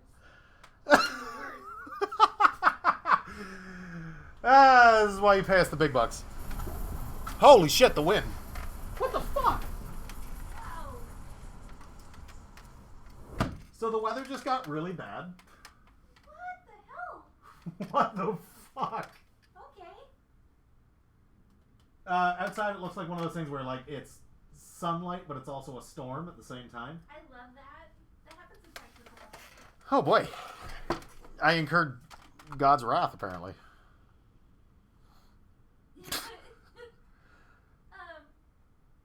Yeah, it got crazy windy for a minute there.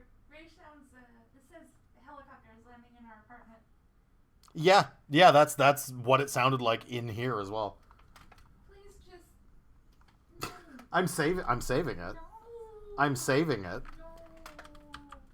I'm just gonna put it on its own layer and I'll just forget that that's there and then you'll wonder why I'm laughing when I come back to that. Holy shit. Look how much we didn't get done. I mean, I guess this is kind of par for the course. I usually end up just kind of rambling about stuff. how long have we been streaming? No, like, we're done. Technically, we're done. Like, we've been doing this for a couple hours. Oh, Like, no. we gotta get dinner done soon. 5 says I should be a Discord emote. Oh my god. Fuck, I'll think about it. I'm sorry it's not that I'm like, you know, in any way not attentive of the Discord. It's that I'm not very. First of all, I have huge NPC energy. I don't talk a lot when people don't talk. And except in person or in voiceness. But also that like I'm an old man who is used to PHP BB boards. So this weird hybrid, it's kind of IRC, it's kind of Windows Live Messenger.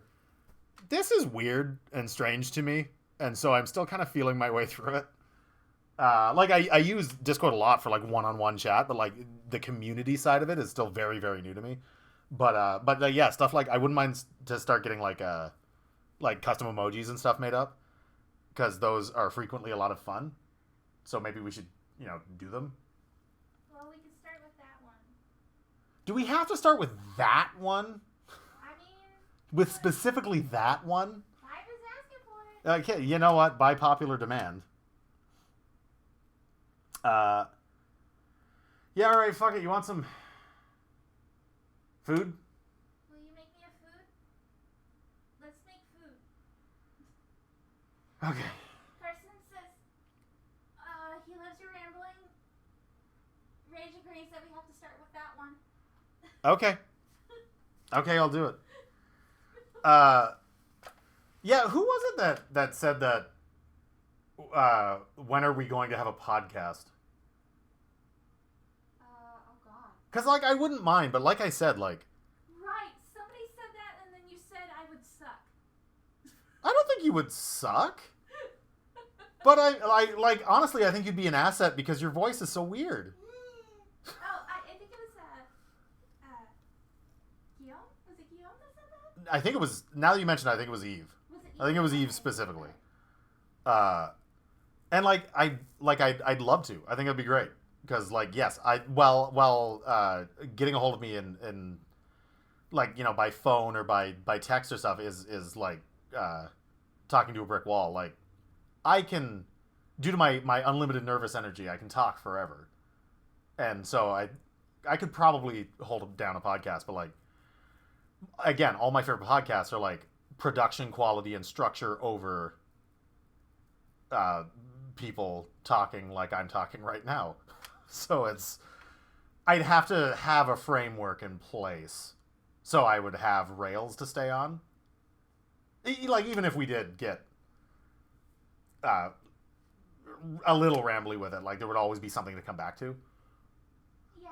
I'd be cool with that. But I got enough on my plate with fucking This dang comic book. Rising Sand. I gotta get Afterlife out. It still says it's coming out last fall. I gotta fucking just stop spinning my wheels on that and get it out. And then there's Tony Lava. Tony, fuck. It's like a lounge singer. It's very lounge singer. It's like a lounge singer. Yeah. I may as well, before we go, I may as well talk about the third webcomic, name TBD. And only if I decided to do it. But what I want to do is I want to streamline the production of it so that, because it's a strip, I don't really give a shit about the art as much. So I want a style that meets some kind of my high standards, but is like is shit easy. I could just bang them out in, like, you know, an hour max. But I wanted to do a comic. I have this way of typing. You've seen it before if you follow my Twitter. When I'm intentionally being dumb, I end sentences with commas, and I pull words apart in that I will change, for example, the word apart into of part. I talk like this in real life. It drives everybody I know mad. But I wanted to introduce that into a comic. So, like, on top of this whole non-comedy thing. And the format I wanted to do, and like, this wouldn't adhere strictly to the framework, but it would act as kind of like a framing device so that you would kind of understand what the fuck was going on. But I wanted to present it kind of like, you know, when you're, like, at the hospital, or you guys are Americans, so you probably don't know what that's like. If you've ever been to a hospital and you're in the waiting room, I'm Canadian, so I go there all the time. I go there for fun. Not so much right now. Not right now. Nobody goes there for fun right now. But if you've ever been to a hospital and you've been to the waiting room, and, like, you're looking at the TV in the waiting room and you can't hear it, but it's playing the news channel with, like, all the stocks and shit, and, like, local commercials, and it's got the closed captioning that is frantically trying to keep up with what's being displayed, but it can't. So it has to keep cutting parts out, and it's almost like somebody's typing it in real time. And, like, they're trying desperately to keep up, and, like, they're mishearing words, and some of the words are wrong and shit. Like, I want to do that. And, like, I want the dialogue to be that on top of this non-comedy. It's so hard to explain. So, but I do have ideas for, like, literally, like, 35 of these strips. So only if I can figure out a way to do it with almost no work, then I'll do it. Matt called you dark. What? Matt called you dark. Why is that dark? I think that was from from when. Oh, because Americans have never been to hospitals? Yeah. Well, that's fucking fix your government, you stupid assholes. As an American, as somebody who is a U.S. citizen, yes, we've never been to the hospital. Not for much longer. We're gonna snap you up to Mapletown, and then you'll just be one of us. Technically, you're a person. Technically, now that you're a permanent resident, you get the free healthcare. So, like, honestly, as far as I'm concerned, your journey is over. You got the free healthcare. You're here. Fuck it. You're done. The only thing you can't do is vote. I can't. And vote. it's like voting these days is choosing between drinking pee and eating poo. So it's like, who gives a shit? Still, always vote, kids. I mean, Always vote. But like, if you have to choose one, choose drinking pee, because at the very least, it'll clean your teeth. Poo, no can do. What are we talking about? This is why I should have a podcast. Oh my god. Always choose drinking pee. You can quote me on that. Read Rising Sand. And have a wonderful evening. We should go eat dinner though. We should. Okay. I'm going to go make a fuckload of starch and then put it in my body. And I hope everybody has a wonderful evening this evening. And, you know, as many other evenings as you were quarantined. Thank you for. Yeah. Thank you for hanging with us, guys. Yeah, thanks for hanging out. Bye. And we will see you in the internet on another time. And I actually don't have access to the button to turn off the stream because it's on the living room TV. There it is. There it is. See you guys later.